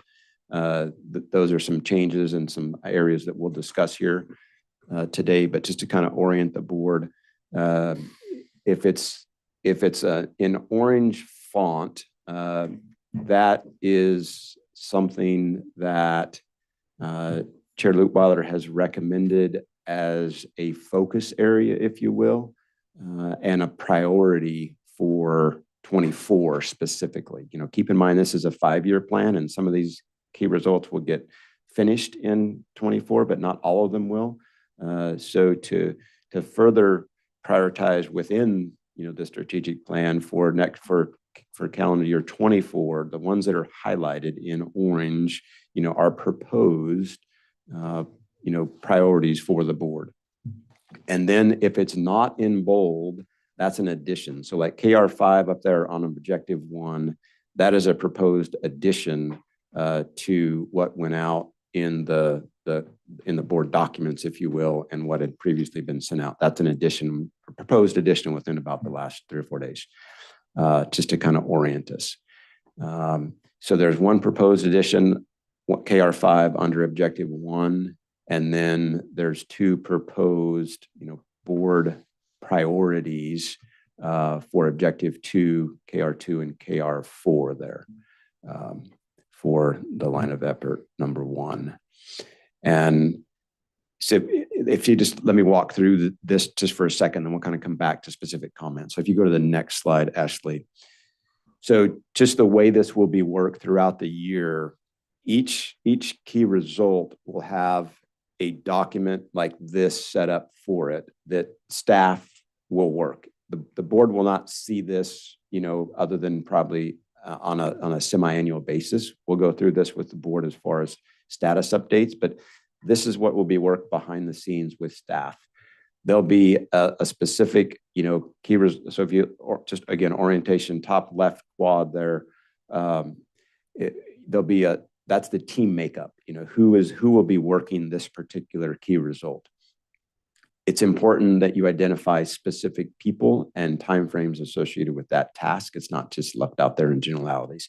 Again, this is not fleshed out. This is not finalized. Just an example only as it says up there. But there'll be the team set up, and then there'll be specific action items underneath that KR, you know, so again, more details underneath that key result that staff will be working on to reach the success criteria, you know, for that key result. As far as those action items, typically those are, you know, 1 to 3, maybe 4 type of action items that we'll be working. And those are specifically identified on this chart so the team can continue to orient themselves and focus on that. You know, these things will be worked on a, you know, weekly, bi-weekly type of basis with the team on kind of a continual basis. And then they will provide an update to me, you know, on a more periodic basis. And then we'll provide an update to the board on that semi-annual basis. And then there's just an overall status down there in the bottom left quad. And then on the bottom right quad, you know, there's kind of a success criteria. What are we trying to achieve? And then you go to the next slide. This breaks it down even further as far as those 3 action items that were identified on the previous slide. It specifically talks about, you know, how much of this key result in this action item is tied to meeting the objectives of that key result. So in this case, you know, you see some percentages over there as far as what we think that's the amount of level of effort that's involved with that specific action item. And then there's a status under each one of those. So we will fill that in, you know, and that'll kind of be the internal working document, if you will. And then on the bottom of it there, you see assistance needed authority so that the team will identify, hey, what is outside our current authorities that we may need? Do we need something from the board? Do we need an ordinance changed? Is this a state issue? Is this just something locally we can work? Did they need me as the CAO to weigh in on something? Do we need to change a policy internal to the county? Do we need to just change internal workings the way we've done things? It's kind of, so what assistance needles, what roadblocks are there? And then the next little block there is, what the teams, what some of their key accomplishments are, and then what big decisions that they have coming up in the future that they're going to need. So each KR that you have seen on all these slides, will have 2 of these built behind them, and that will be our working document. So there's about 100 or so slides that on a periodic basis, when we do a full review, that we'll go through and that we'll update and we'll work. And it's a lot of work administratively to work that together. But once you kind of get in the battle rhythm of things, and once you kind of get the motion going, it becomes a lot less administrative, and it becomes much more user friendly, and people are familiar with it. And the focus then is more on the action items and the work that we're doing, and less on the administrative piece. But I think we've got a lot of that administrative piece of it, figured out. We're not there yet, but we're making some good progress there. Yes, ma'am. I just feel like this will automatically roll into being helpful for you to be able to do employee evaluations with your team leads. You can use these. Everyone will be very clear on what their goals and objectives are. I think that, yes. Will that be helpful? So it seems like it would be. It will be, yes. And those are, again, in an ideal world, we would tie these specific, key results, to an employee's performance evaluation. Yeah. Are we there yet? No, Not we're yet. not there yet. I will readily admit that we're not there yet. Will we get there over time? Yes, that is the goal and desire. And that's actually a full focus of, level of effort 5 is more like the personnel, the human resources, the training, how do we tie all that together? That's really the whole focus of that area. So as we, make significant progress there, those types of issues will then start to link up. Very good. Thank you. And an add-on comment to that, I think one of the things that was interesting to me is, I don't know how often the county has done strategic planning, but it was clear when I was engaged with the group last year that most of the staff in their roles within the county have never been involved. Even this last thing that was brought before the board, there was hardly any staff involvement in that. And so you're having to introduce a process, introduce a plan, introduce how it applies to that whole visual process. And I'm thrilled that you're doing it, but I am just trying to give recognition to the fact that you're training, coaching, implementing all at the same time. We are, yes. And this is a whole of county, this is a whole of staff type of effort.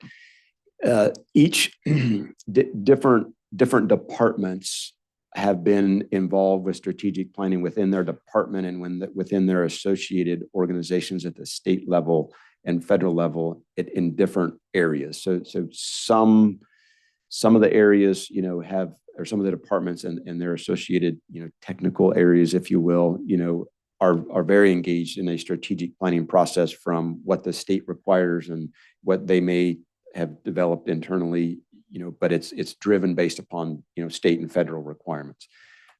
This effort, is much more focused on whole of county, not specific departments. We're trying to take down some of the stovepipes of specific departments and look at it from a whole of county and how we can cross-utilize resources and how we can leverage each other's knowledge and skills and abilities. So that concept and that idea, is a little bit new. And when some of these things were developed, with the consultant, it was apparent that, that there was a limited amount of whole of staff interaction. But we have changed that now. All of the department heads have seen everything that you're seeing. I can't say everybody in the 300 or so members of the county staff have seen all this, because I've pushed it all down at the department head level. It has probably not gone too far from there yet, because we're just getting into this, but again, at the end of this next calendar year, I would expect all county employees to at least have the shiny, glassy, document, if you will, understand what that is, understand what a level of effort is, understand what our values are, understand kind of where they fit in, to the overall plan. And then at year 2 and 3, they would be much more involved. They would, know exactly, what their specific daily task works towards.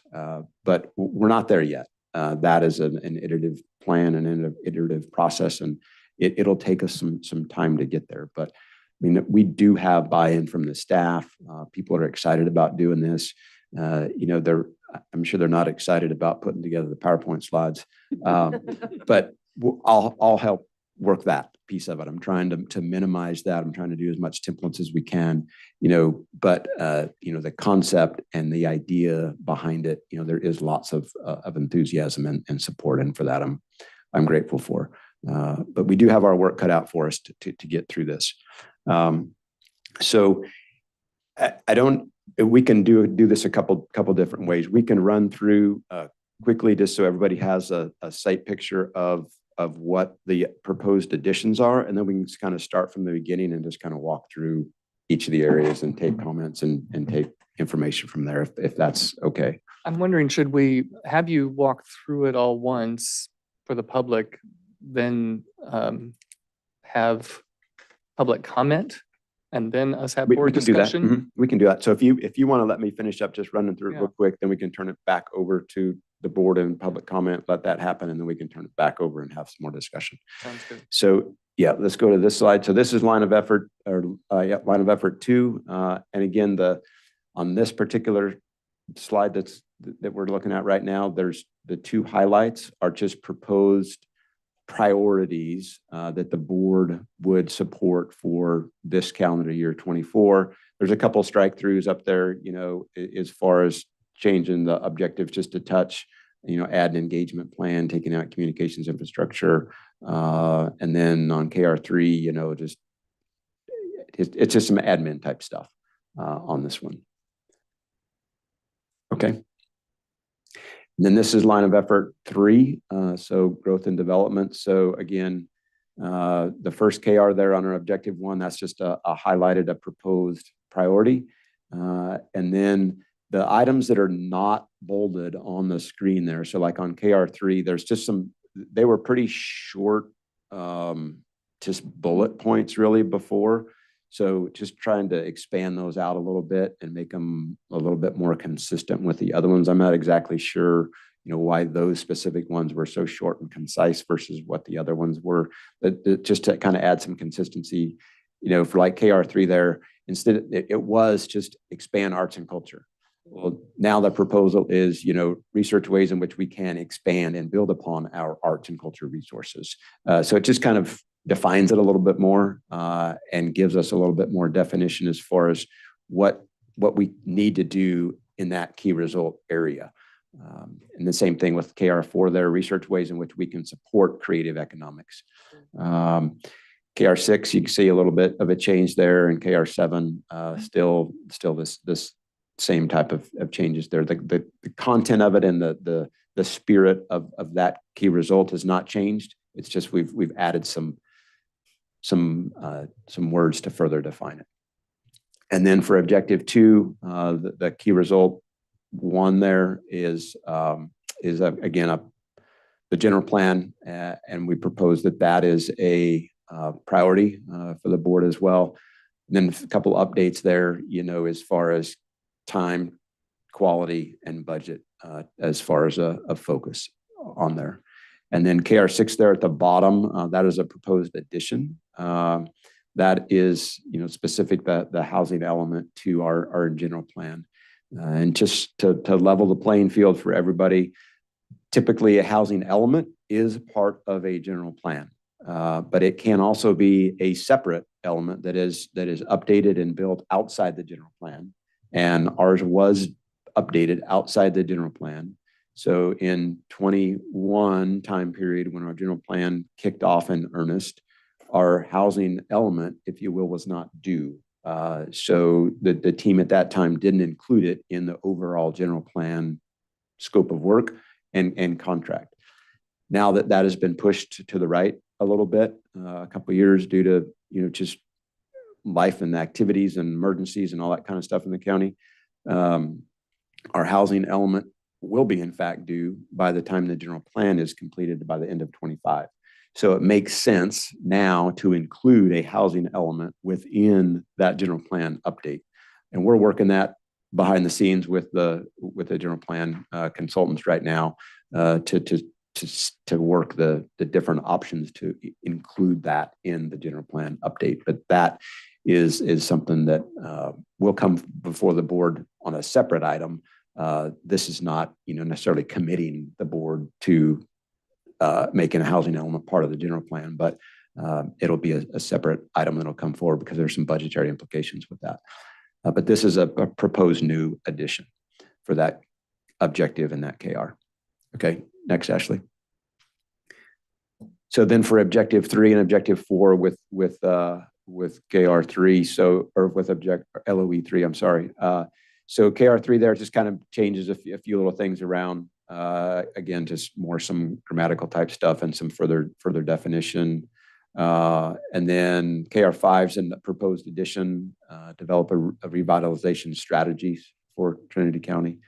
And then KR1 and 2 under objective 4, those are the proposed priorities, if you will, for the board. And I don't think I changed objective 4 there. I did not. I owe a change there. And I'll work on that when we come back for discussion. But Heidi, your point about the legal cannabis, that I'll have to look at my notes, and I'll adjust that. Because it should just be all industry, and then the cannabis part is in the key results below that. That's my mistake. I missed that one. Okay, next one.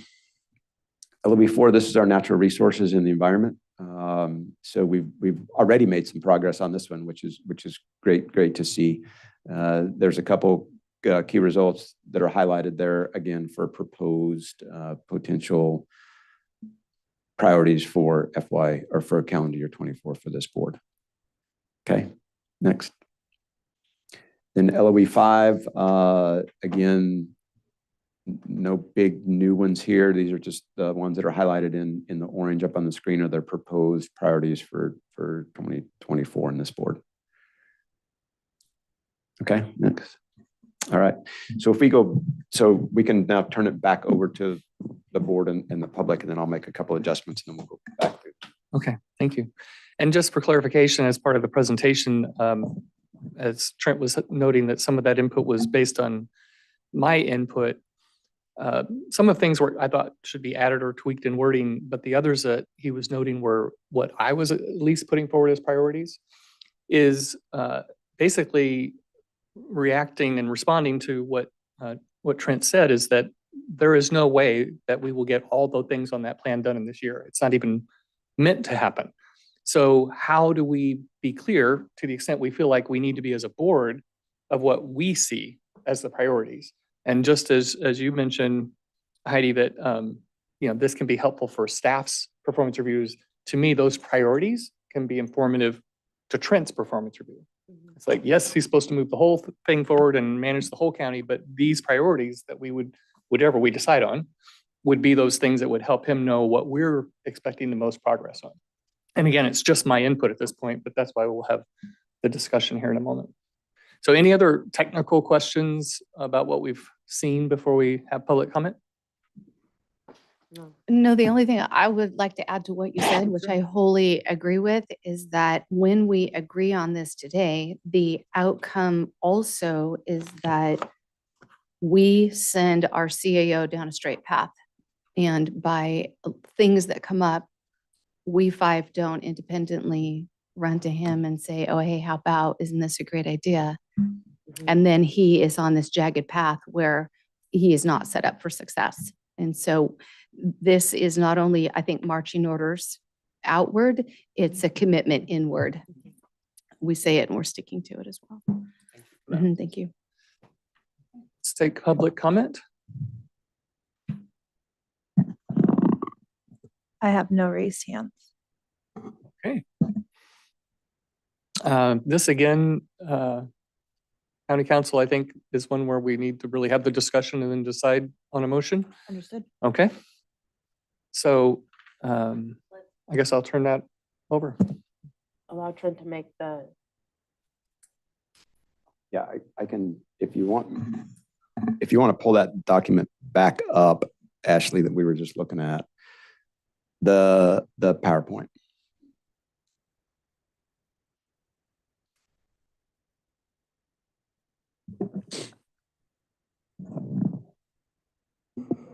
So if we just want to start off with the first line of effort there, I think everybody's oriented enough to, as far as seeing what we're looking at here. And we can just step through each line of effort and get a consensus on those and just kind of move forward and then, you know, do a final discussion item. This first one here, I don't see any big significant changes. You know, the healthy community strategy does fall into the other KRs up there, if you will. And then I do have one suggestion in this go ahead. area, if I could. I became a little bit confused because 3 of these before Supervisor Chair Lutweiler added his KR5 there. We have 3 that deal kind of with health generally, and then KR4 deals with broadband. And I wondered if it might be helpful to consider moving that to line of effort 2, objective 1, and make it a KR5 there, because that is a broadband area. And I don't know what that does to your thinking as you consider the conversations that have taken place with these folks who are focused on this, maybe having it in 2 different line of effort areas provides That would be the more same line of help. effort if you put it under objective 2. It's still the same LOE, it's just the second objective.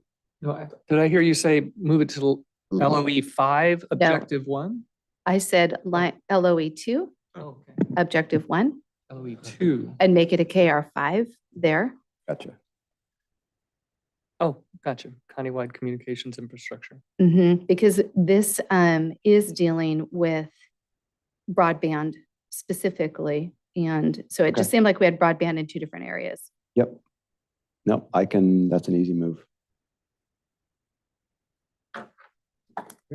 Yep, we can move that to LOE. We'll make that line of effort 2 KR5. Yes. And just so it's clear, the reason that I was suggesting at least KR5, but develop a healthy community strategy was, as I thought about coming into the year, I thought about what are the most important things from my perspective that we try to accomplish this year.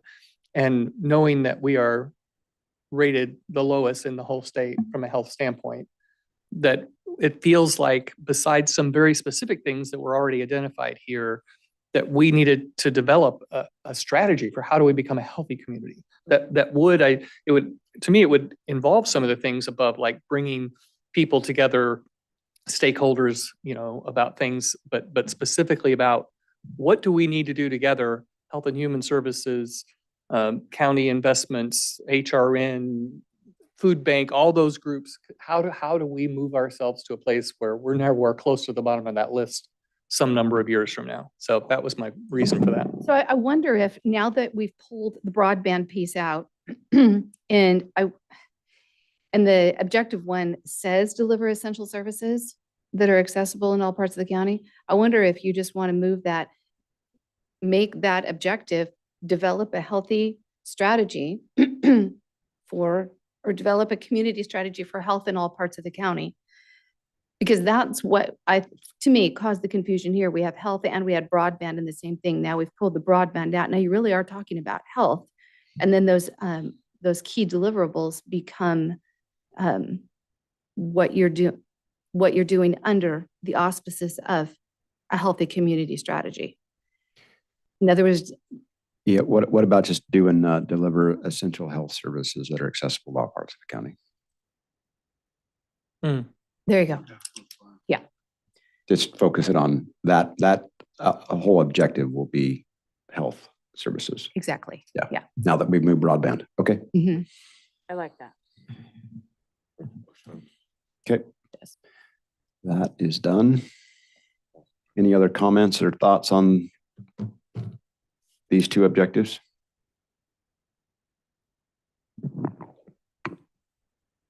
Okay, let's go to the next slide. Next. Okay, so for line of effort 2, then no real significant changes here other than on objective 1, and it's not significant, but it's just, wordsmithing it. It's just develop that engagement plan versus the specific communications infrastructure part, and the infrastructure part of it. Some of this was kind of referenced as we were going through the board assignments already. So that's KR3 there. And then the other just highlights on this one are kind of, again, board priorities for 24 that we want to have consensus on. Yeah, and the reason, again, that I highlighted KR2, one, we hopefully are now being strategic in our appointments. Began with when Chair Cox was leading those assignments, I think, and we followed that path this time. But this one stuck out to me as something that in big part falls to the board, but it's great that we have these strategically assigned appointments, but how do we have a coordinated advocacy strategy? If we're, we don't have those discussions. We don't have that we're each carrying forward into the organizations that we're part of. So to me, that was one that I thought should take high priority. And again, none of this is to say we shouldn't make progress in the other areas. It's just saying, where do we really want to make sure that we make priorities? And to me, this would be, I would expect Trent, you and whoever you want to involve from staff working with us to try to come up with what are the key things. And we don't need to make up a big long list if it's not important, but if there are some really important items, then let's get aligned on them and make sure we are carrying them forward. Right. I have a question that might not be for today. I have no problem with this, this deliverable. But the question that crosses my mind in making this a specific objective is, unless you're going to pay for a lobbyist, then NACO, CSAC, and RCRC really are our lines of being able to speak into these things that we want to see changed. If there is another way to do that, I'm not aware of it and would need to be made aware. But in this coordinated advocacy strategy, I think the strategy is already in place. It seems like what we need is I need to be very informed by your staff as to what is it you want me to speak out when it comes to the round robin section of the RCRC meeting that you want me to go find some other partnering counties to tackle what, fill in the blank. And so I like the deliverable. I think that from my perspective, it maybe could be worded in a way that when I see that box checked, I'll know that deliverable got done. Yeah, I think some of that will get flushed out in the actual action items for this particular KR.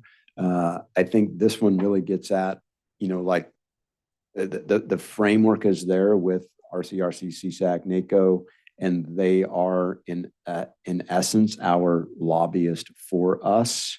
But as far as a specific like coordinated advocacy strategy, what we as a county want to present to all three of those organizations, what are our priorities to all three of those organizations?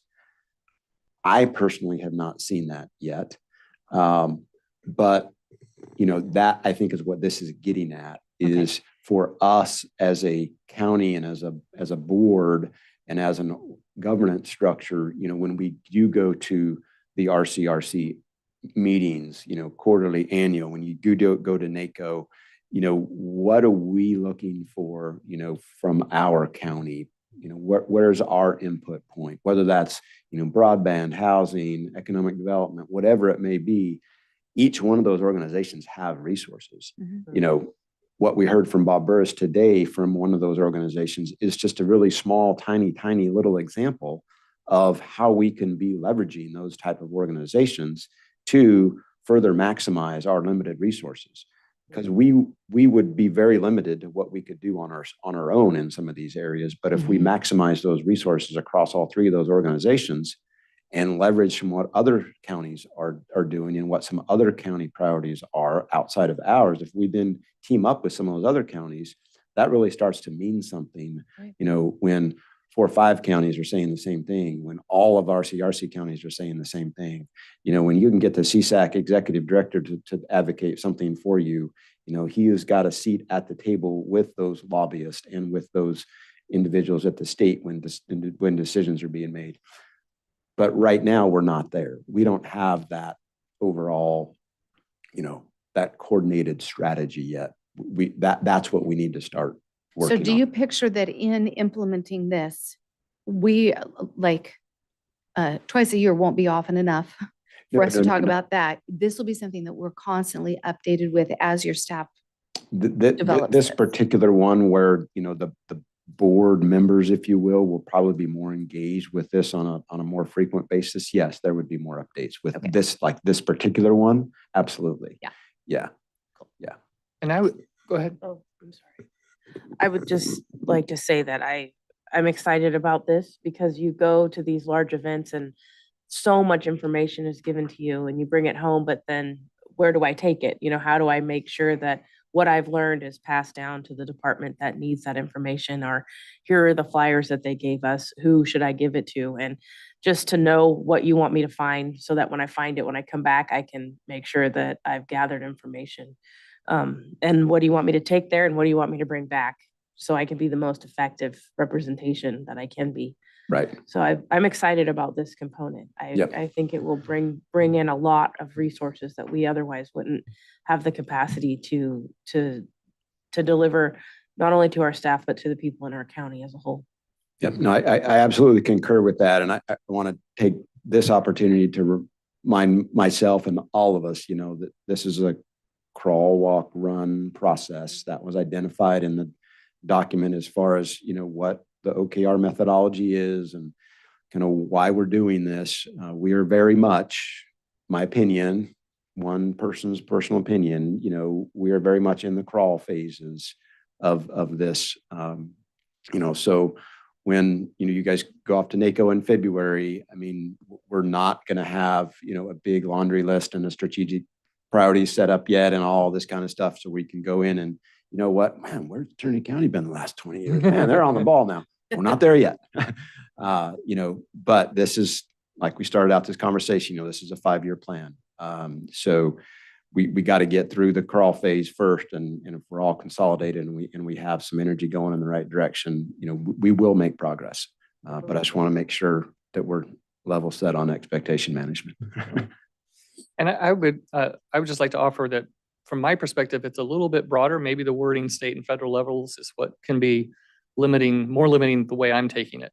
I think of the work that our ad hoc committee for water matters and you and Tom Stokely and our community-driven organization that got representation in the decision-making. That to me is probably the closest we've come to having a strategy. It's who should be involved, how do we get involved, what is our messaging, how do we align that messaging, all those sorts of things.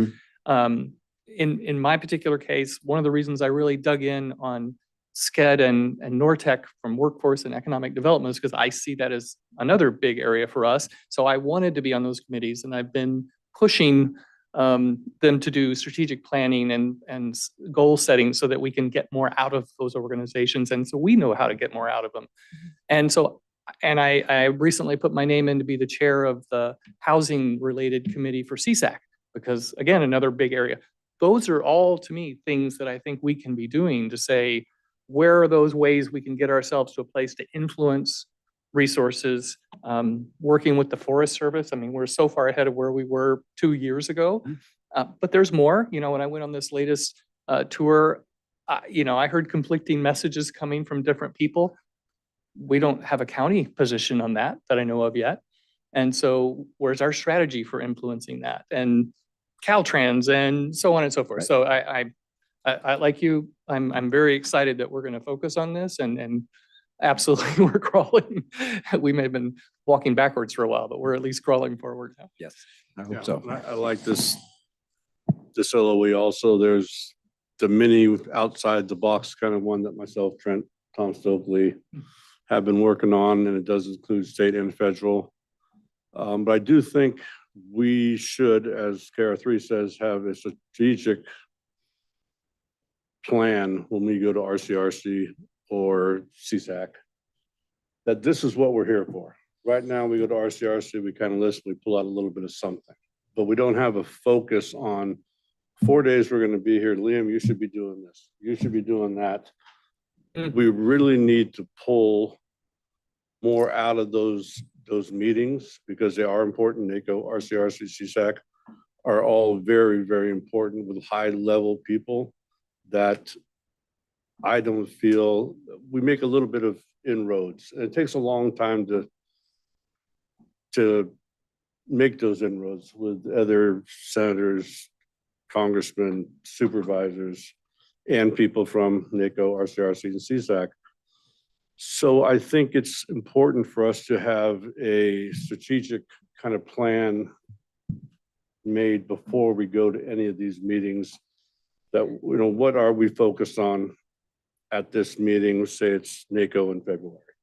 What are we going there for? What are we've got 3 things that we really want to hone in on. Let's hone in on those. You know, Heidi's graded it. But I think we need to have a objective for our reason to be there. Not just to be there and have a lanyard on that says Liam, Trinity County, and they go, oh boy, Liam, Trinity County, how you doing again? And, you know, the engagement part, the relationship parts that we build, and I'll go back to this relationship with Tom Stokely and Trent and I and Joe Polos and bringing in county staff as in Patrick Flynn to move us through this water issue that we're having. That's an extremely important piece of Trinity County. I'll say that's kind of what we should be doing in the other spots. Again, it takes a long time to create these bonds with whether it's Huffman or whoever it might be, Senator. But we need to go into any of these meetings with a goal and come out with a result from those. That's why those meetings are there, not for just to attend and listen to. And they have great, you know, presentations there. But while we're there, we should be hitting things hard. You know, certain key issues that I'm good at, that you're good at, that Heidi's good at, Jill and Dan. I think we should be sent there with an objective and come home with a return. Right. And be focused to maximize those 3 or 4 days in Monterey, wherever we're going to be, to actually have a key objective when we leave here and come home with a result, or at least make progress on that key objective, so that when we get home from any of these CSAC, RCRC, whatever it might be, meetings, we don't just go, yeah, it was great. You know, we had a good time. We listened to some good presentations, that they're beneficial to some of the things we're trying to do now through these, you know, the general plan, strategic plan, and to try to focus our interests on these 3, NACO, RCRC, CSAC, into what we're doing now, not just going there and participating in a roundabout way. I think Liam needs to go in there and you hunt this dog down. Rick goes in there, he hunts that one down. We come back and we have results, not just, it was great. I met a few people, nice folks. They're going to, you know, I'll talk to them next time I'm there in 4 months. I think that we need to, if we're going to spend the money to go to these things and our time, that I would like to see more results when we come back and have a more focused input when we go down. We should be tasked with something, not just attending. Yeah, I concur with that. I mean, and, you know, without going down too many rabbit holes here or talking about too many examples, I mean, from the last RCRC meeting, like I mentioned in my, you know, report, you know, we're bringing, you know, engaging that keynote speaker in with our little rural Trinity County. You know, I mean, so we're getting benefit from that type of an organization and from attending those type of events.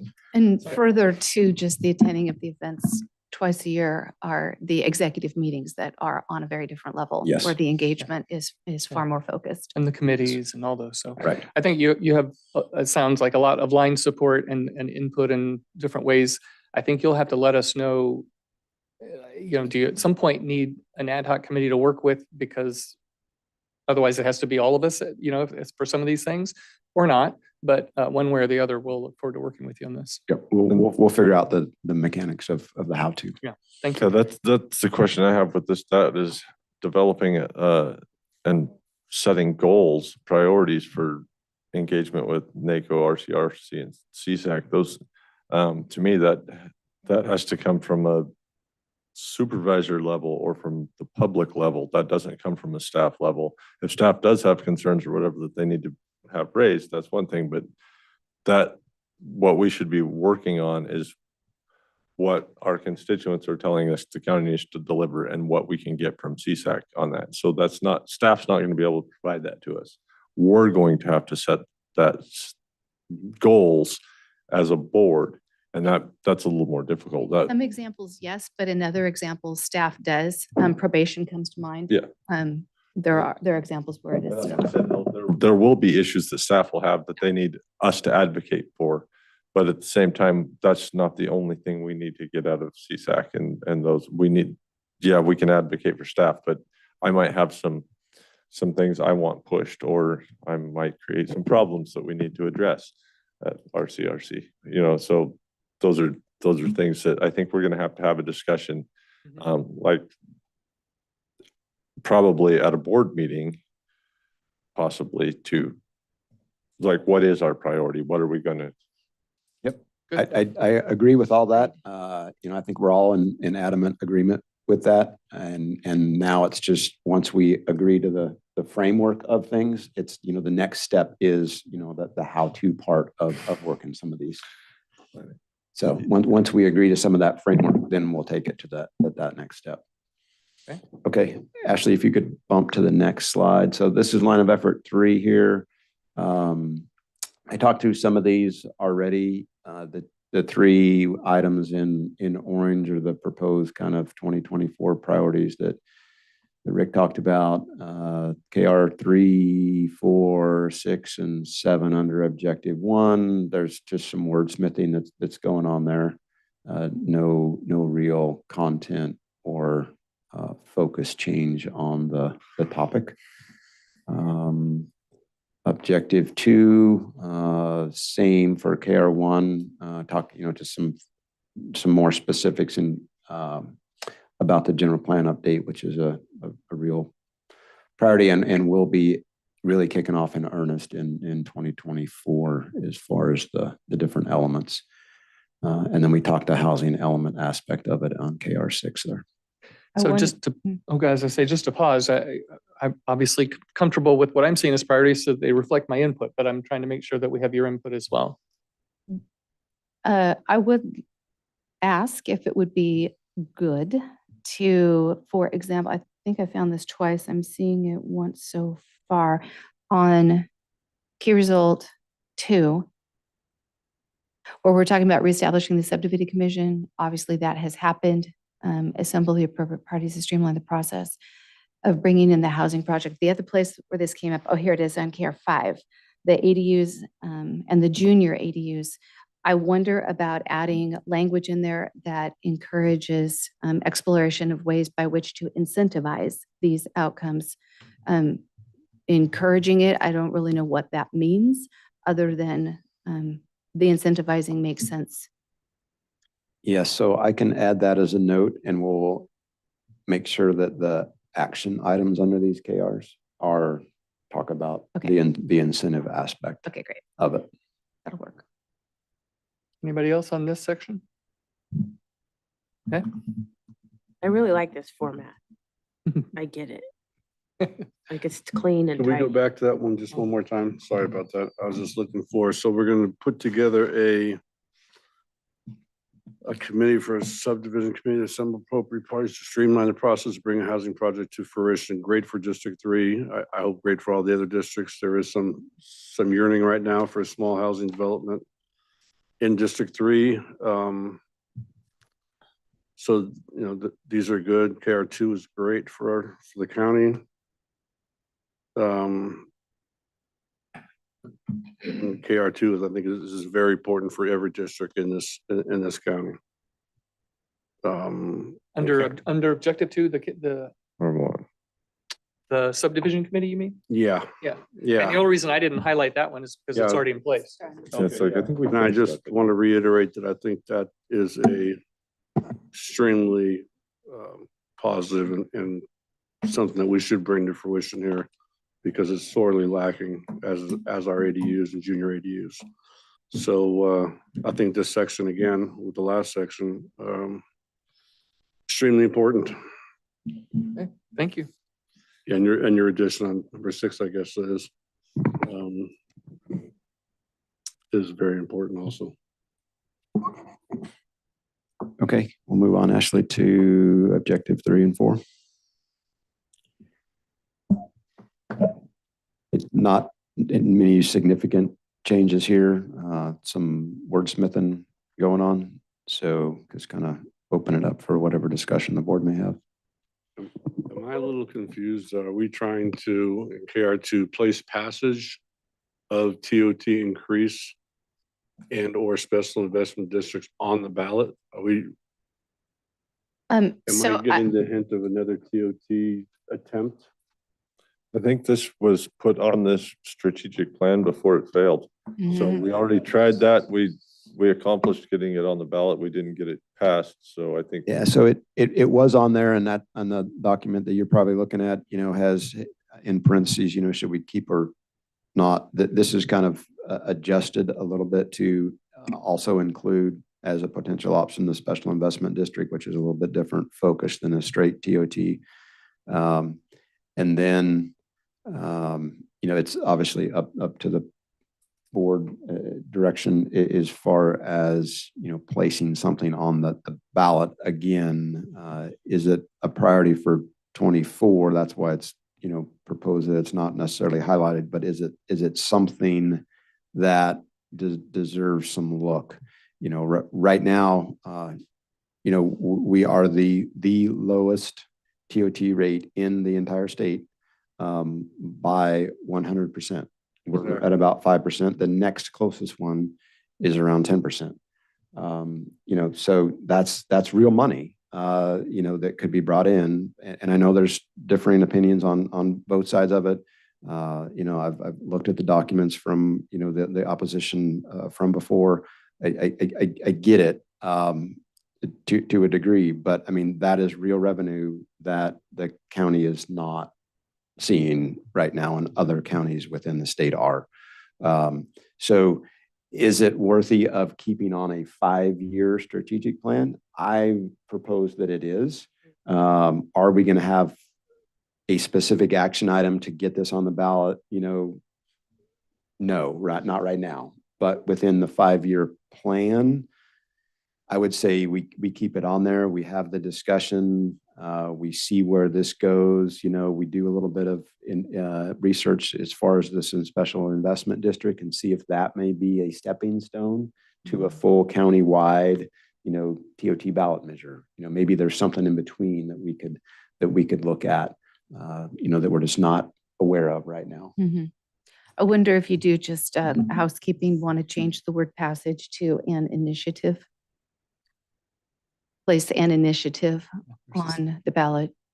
And then the other thing, I think, Supervisor Cox, you mentioned the special investment district is really not a ballot item. It would be more of a, it wouldn't be on a normal election ballot. So we may need to just Right. reword. So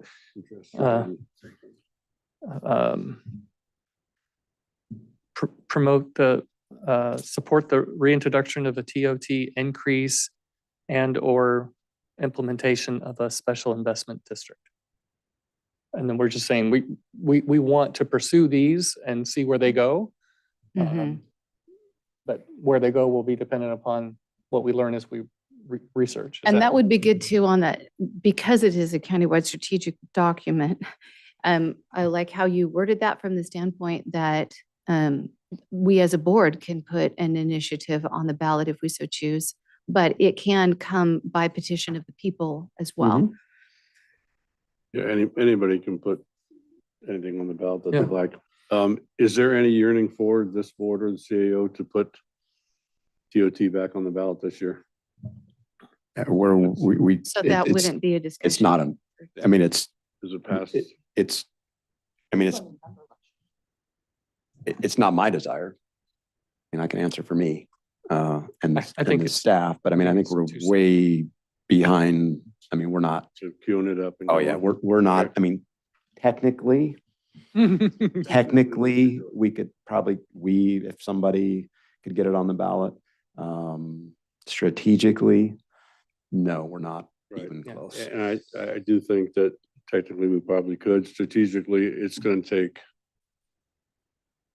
everything we have to get that to pass. We tried hard last time and we failed, even at a 50%. Surprisingly enough, we couldn't get that to pass. But, you know, we're giving up about 400,000 a year, I think it is, to having the lowest TOT tax. And not only is it just a straight TOT tax, you go to any other county, you don't just get a TOT tax, you get 4 or 5 different taxes on your bill that, you know, take them from 10% to 15%. Well, we stay at 5%.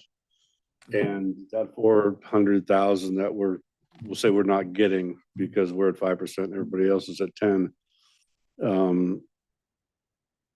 You know, everybody else really is probably well above 10 when you get down to the bottom line of what they bring in above and beyond the cost of the room that night.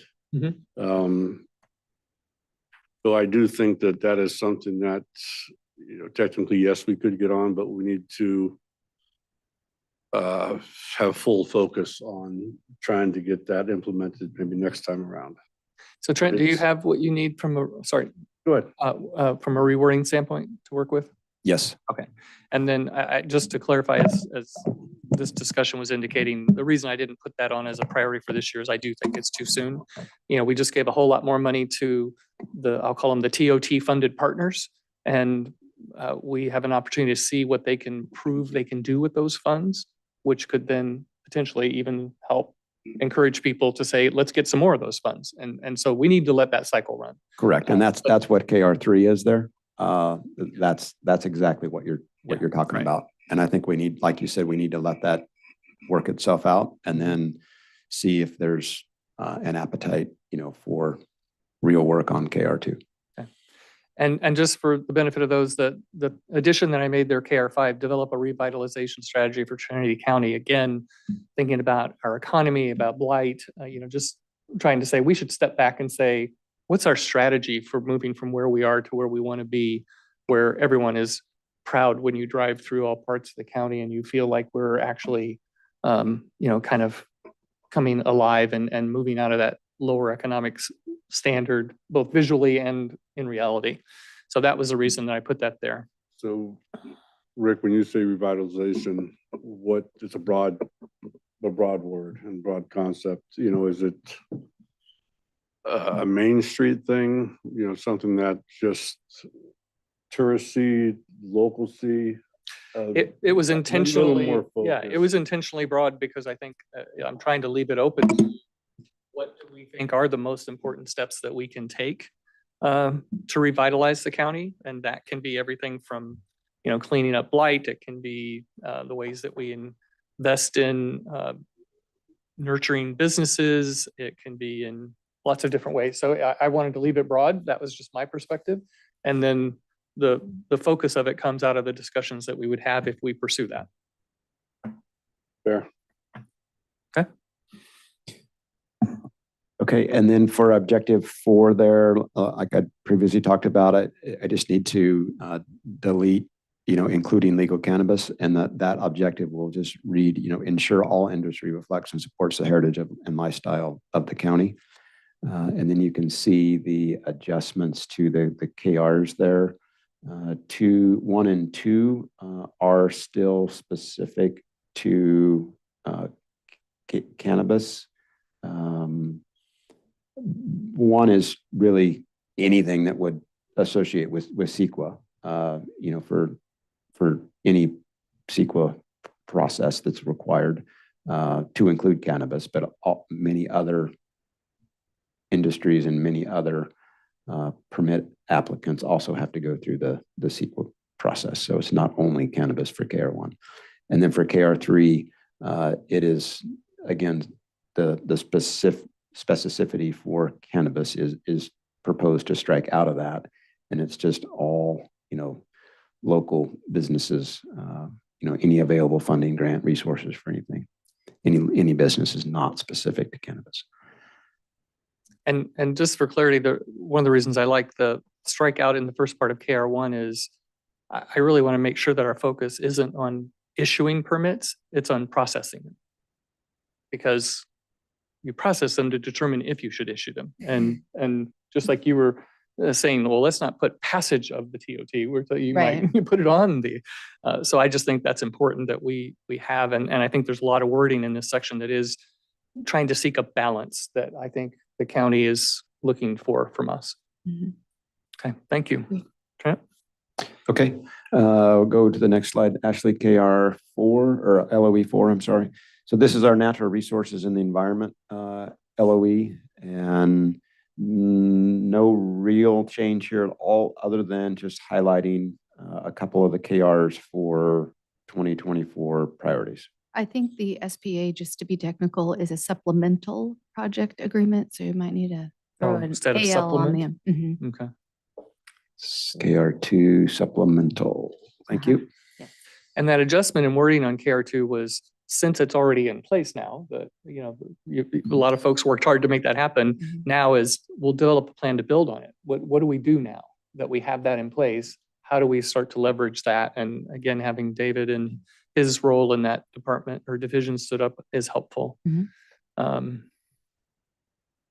And then I thought that next one was an important priority for us because, okay, to guide number 2 and in general, we need to have a cohesive strategy about how we're going to work this. Mhm.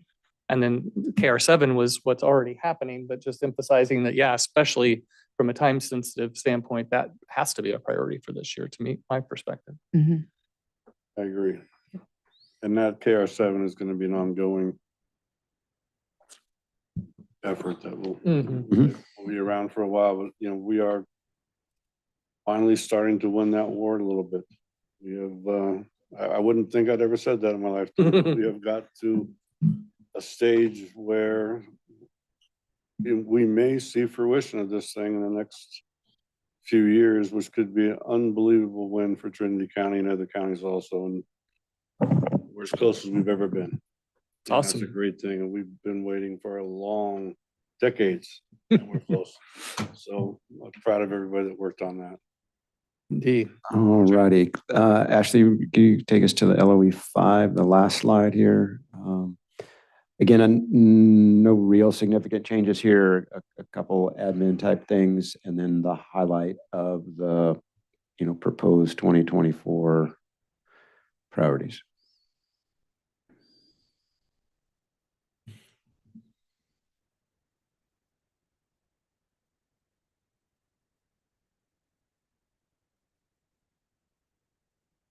Any input on priorities or even just the items that are here? No, just grammatically, if we can ensure fines are collected and revenues are realized. Which one? Jill? KR5 under objective 1, fines is great, and then just turn it into revenues are so that they match.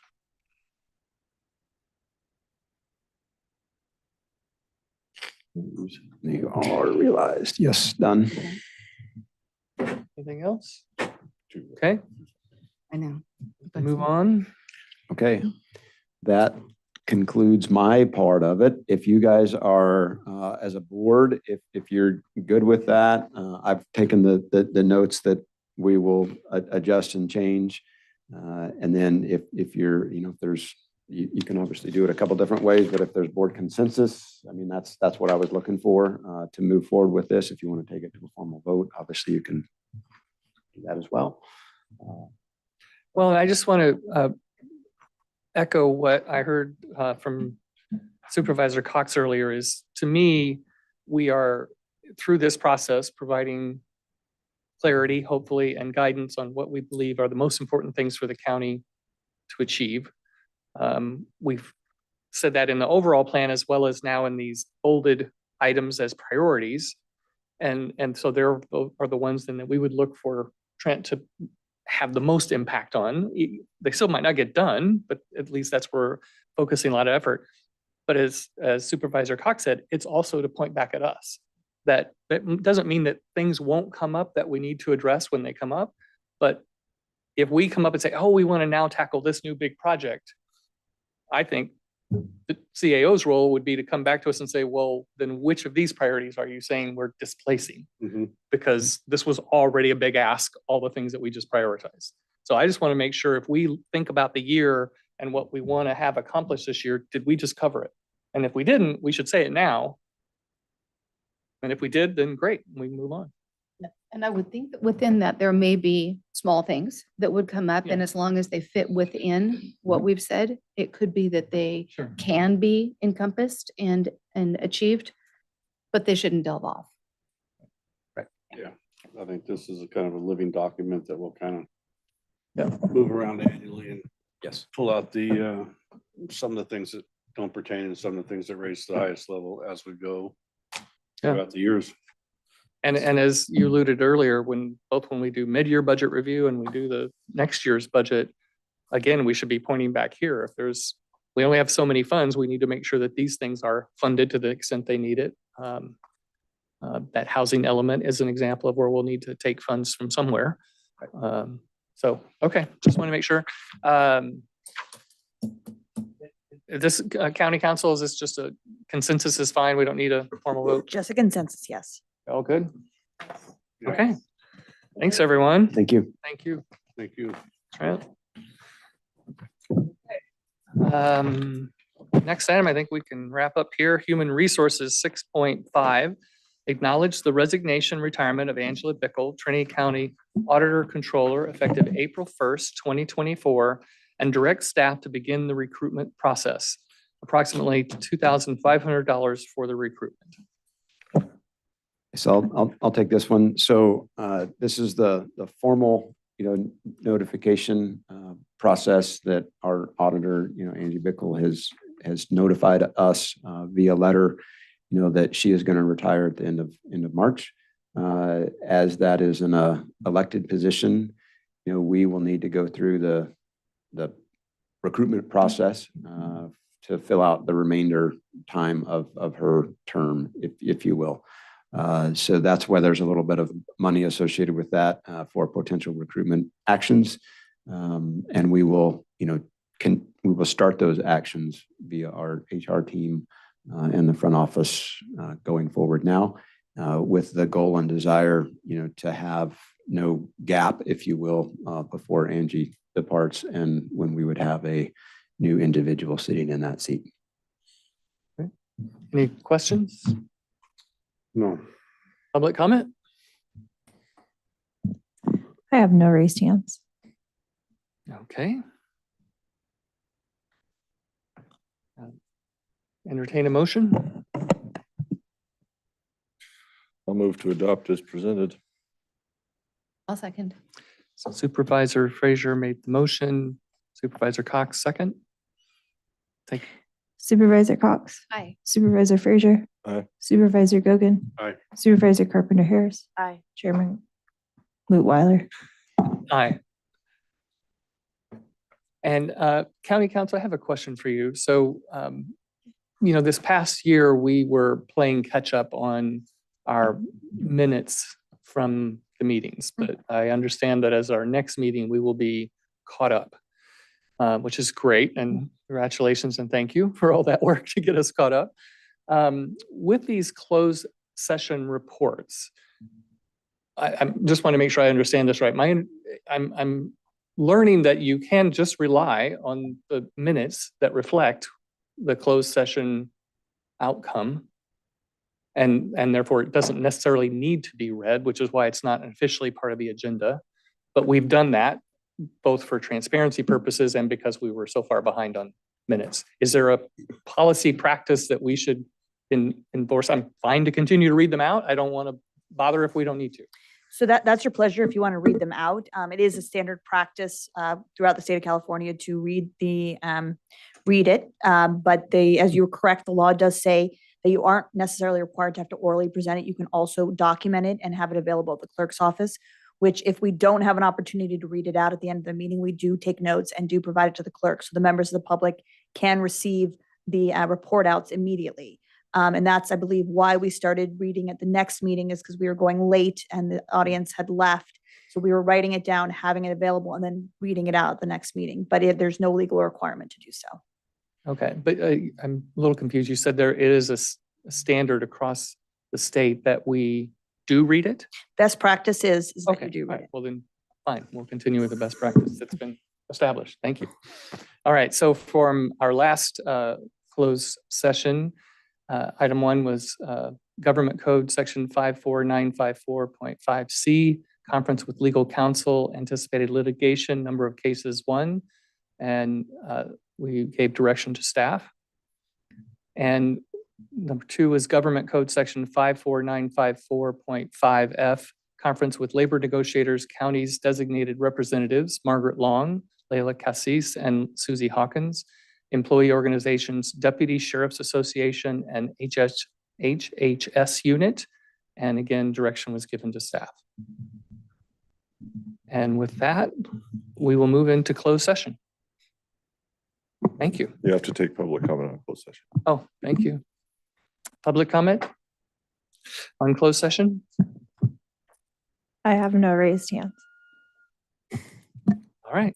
So you Oh. read the report out of the last meeting and Yeah. you gave the direction, and now you have to read the items that are for Yeah, this and, meeting. That should have been before And the public that- comment. There's no public comment on the report out, Right. but the public comment comes Yeah, from. but that what's should have gonna been happen after I today. read it. Correct. Yeah, okay, so I will read it now and then we can ask again just in case. 7.1, Government Code Section 54954.5C, conference with legal counsel, anticipated litigation, number of cases 1. 7.2, Government Code Section 54954.5F, conference with labor negotiators, counties, designated representatives, Margaret Long, Leila Cassis, and Susie Hawkins, employee organizations, Deputy Sheriff's Association, and HHS unit. Now, we'll ask again for public comment. I have no raised hands. Okay, we'll now move into closed session. Thank you.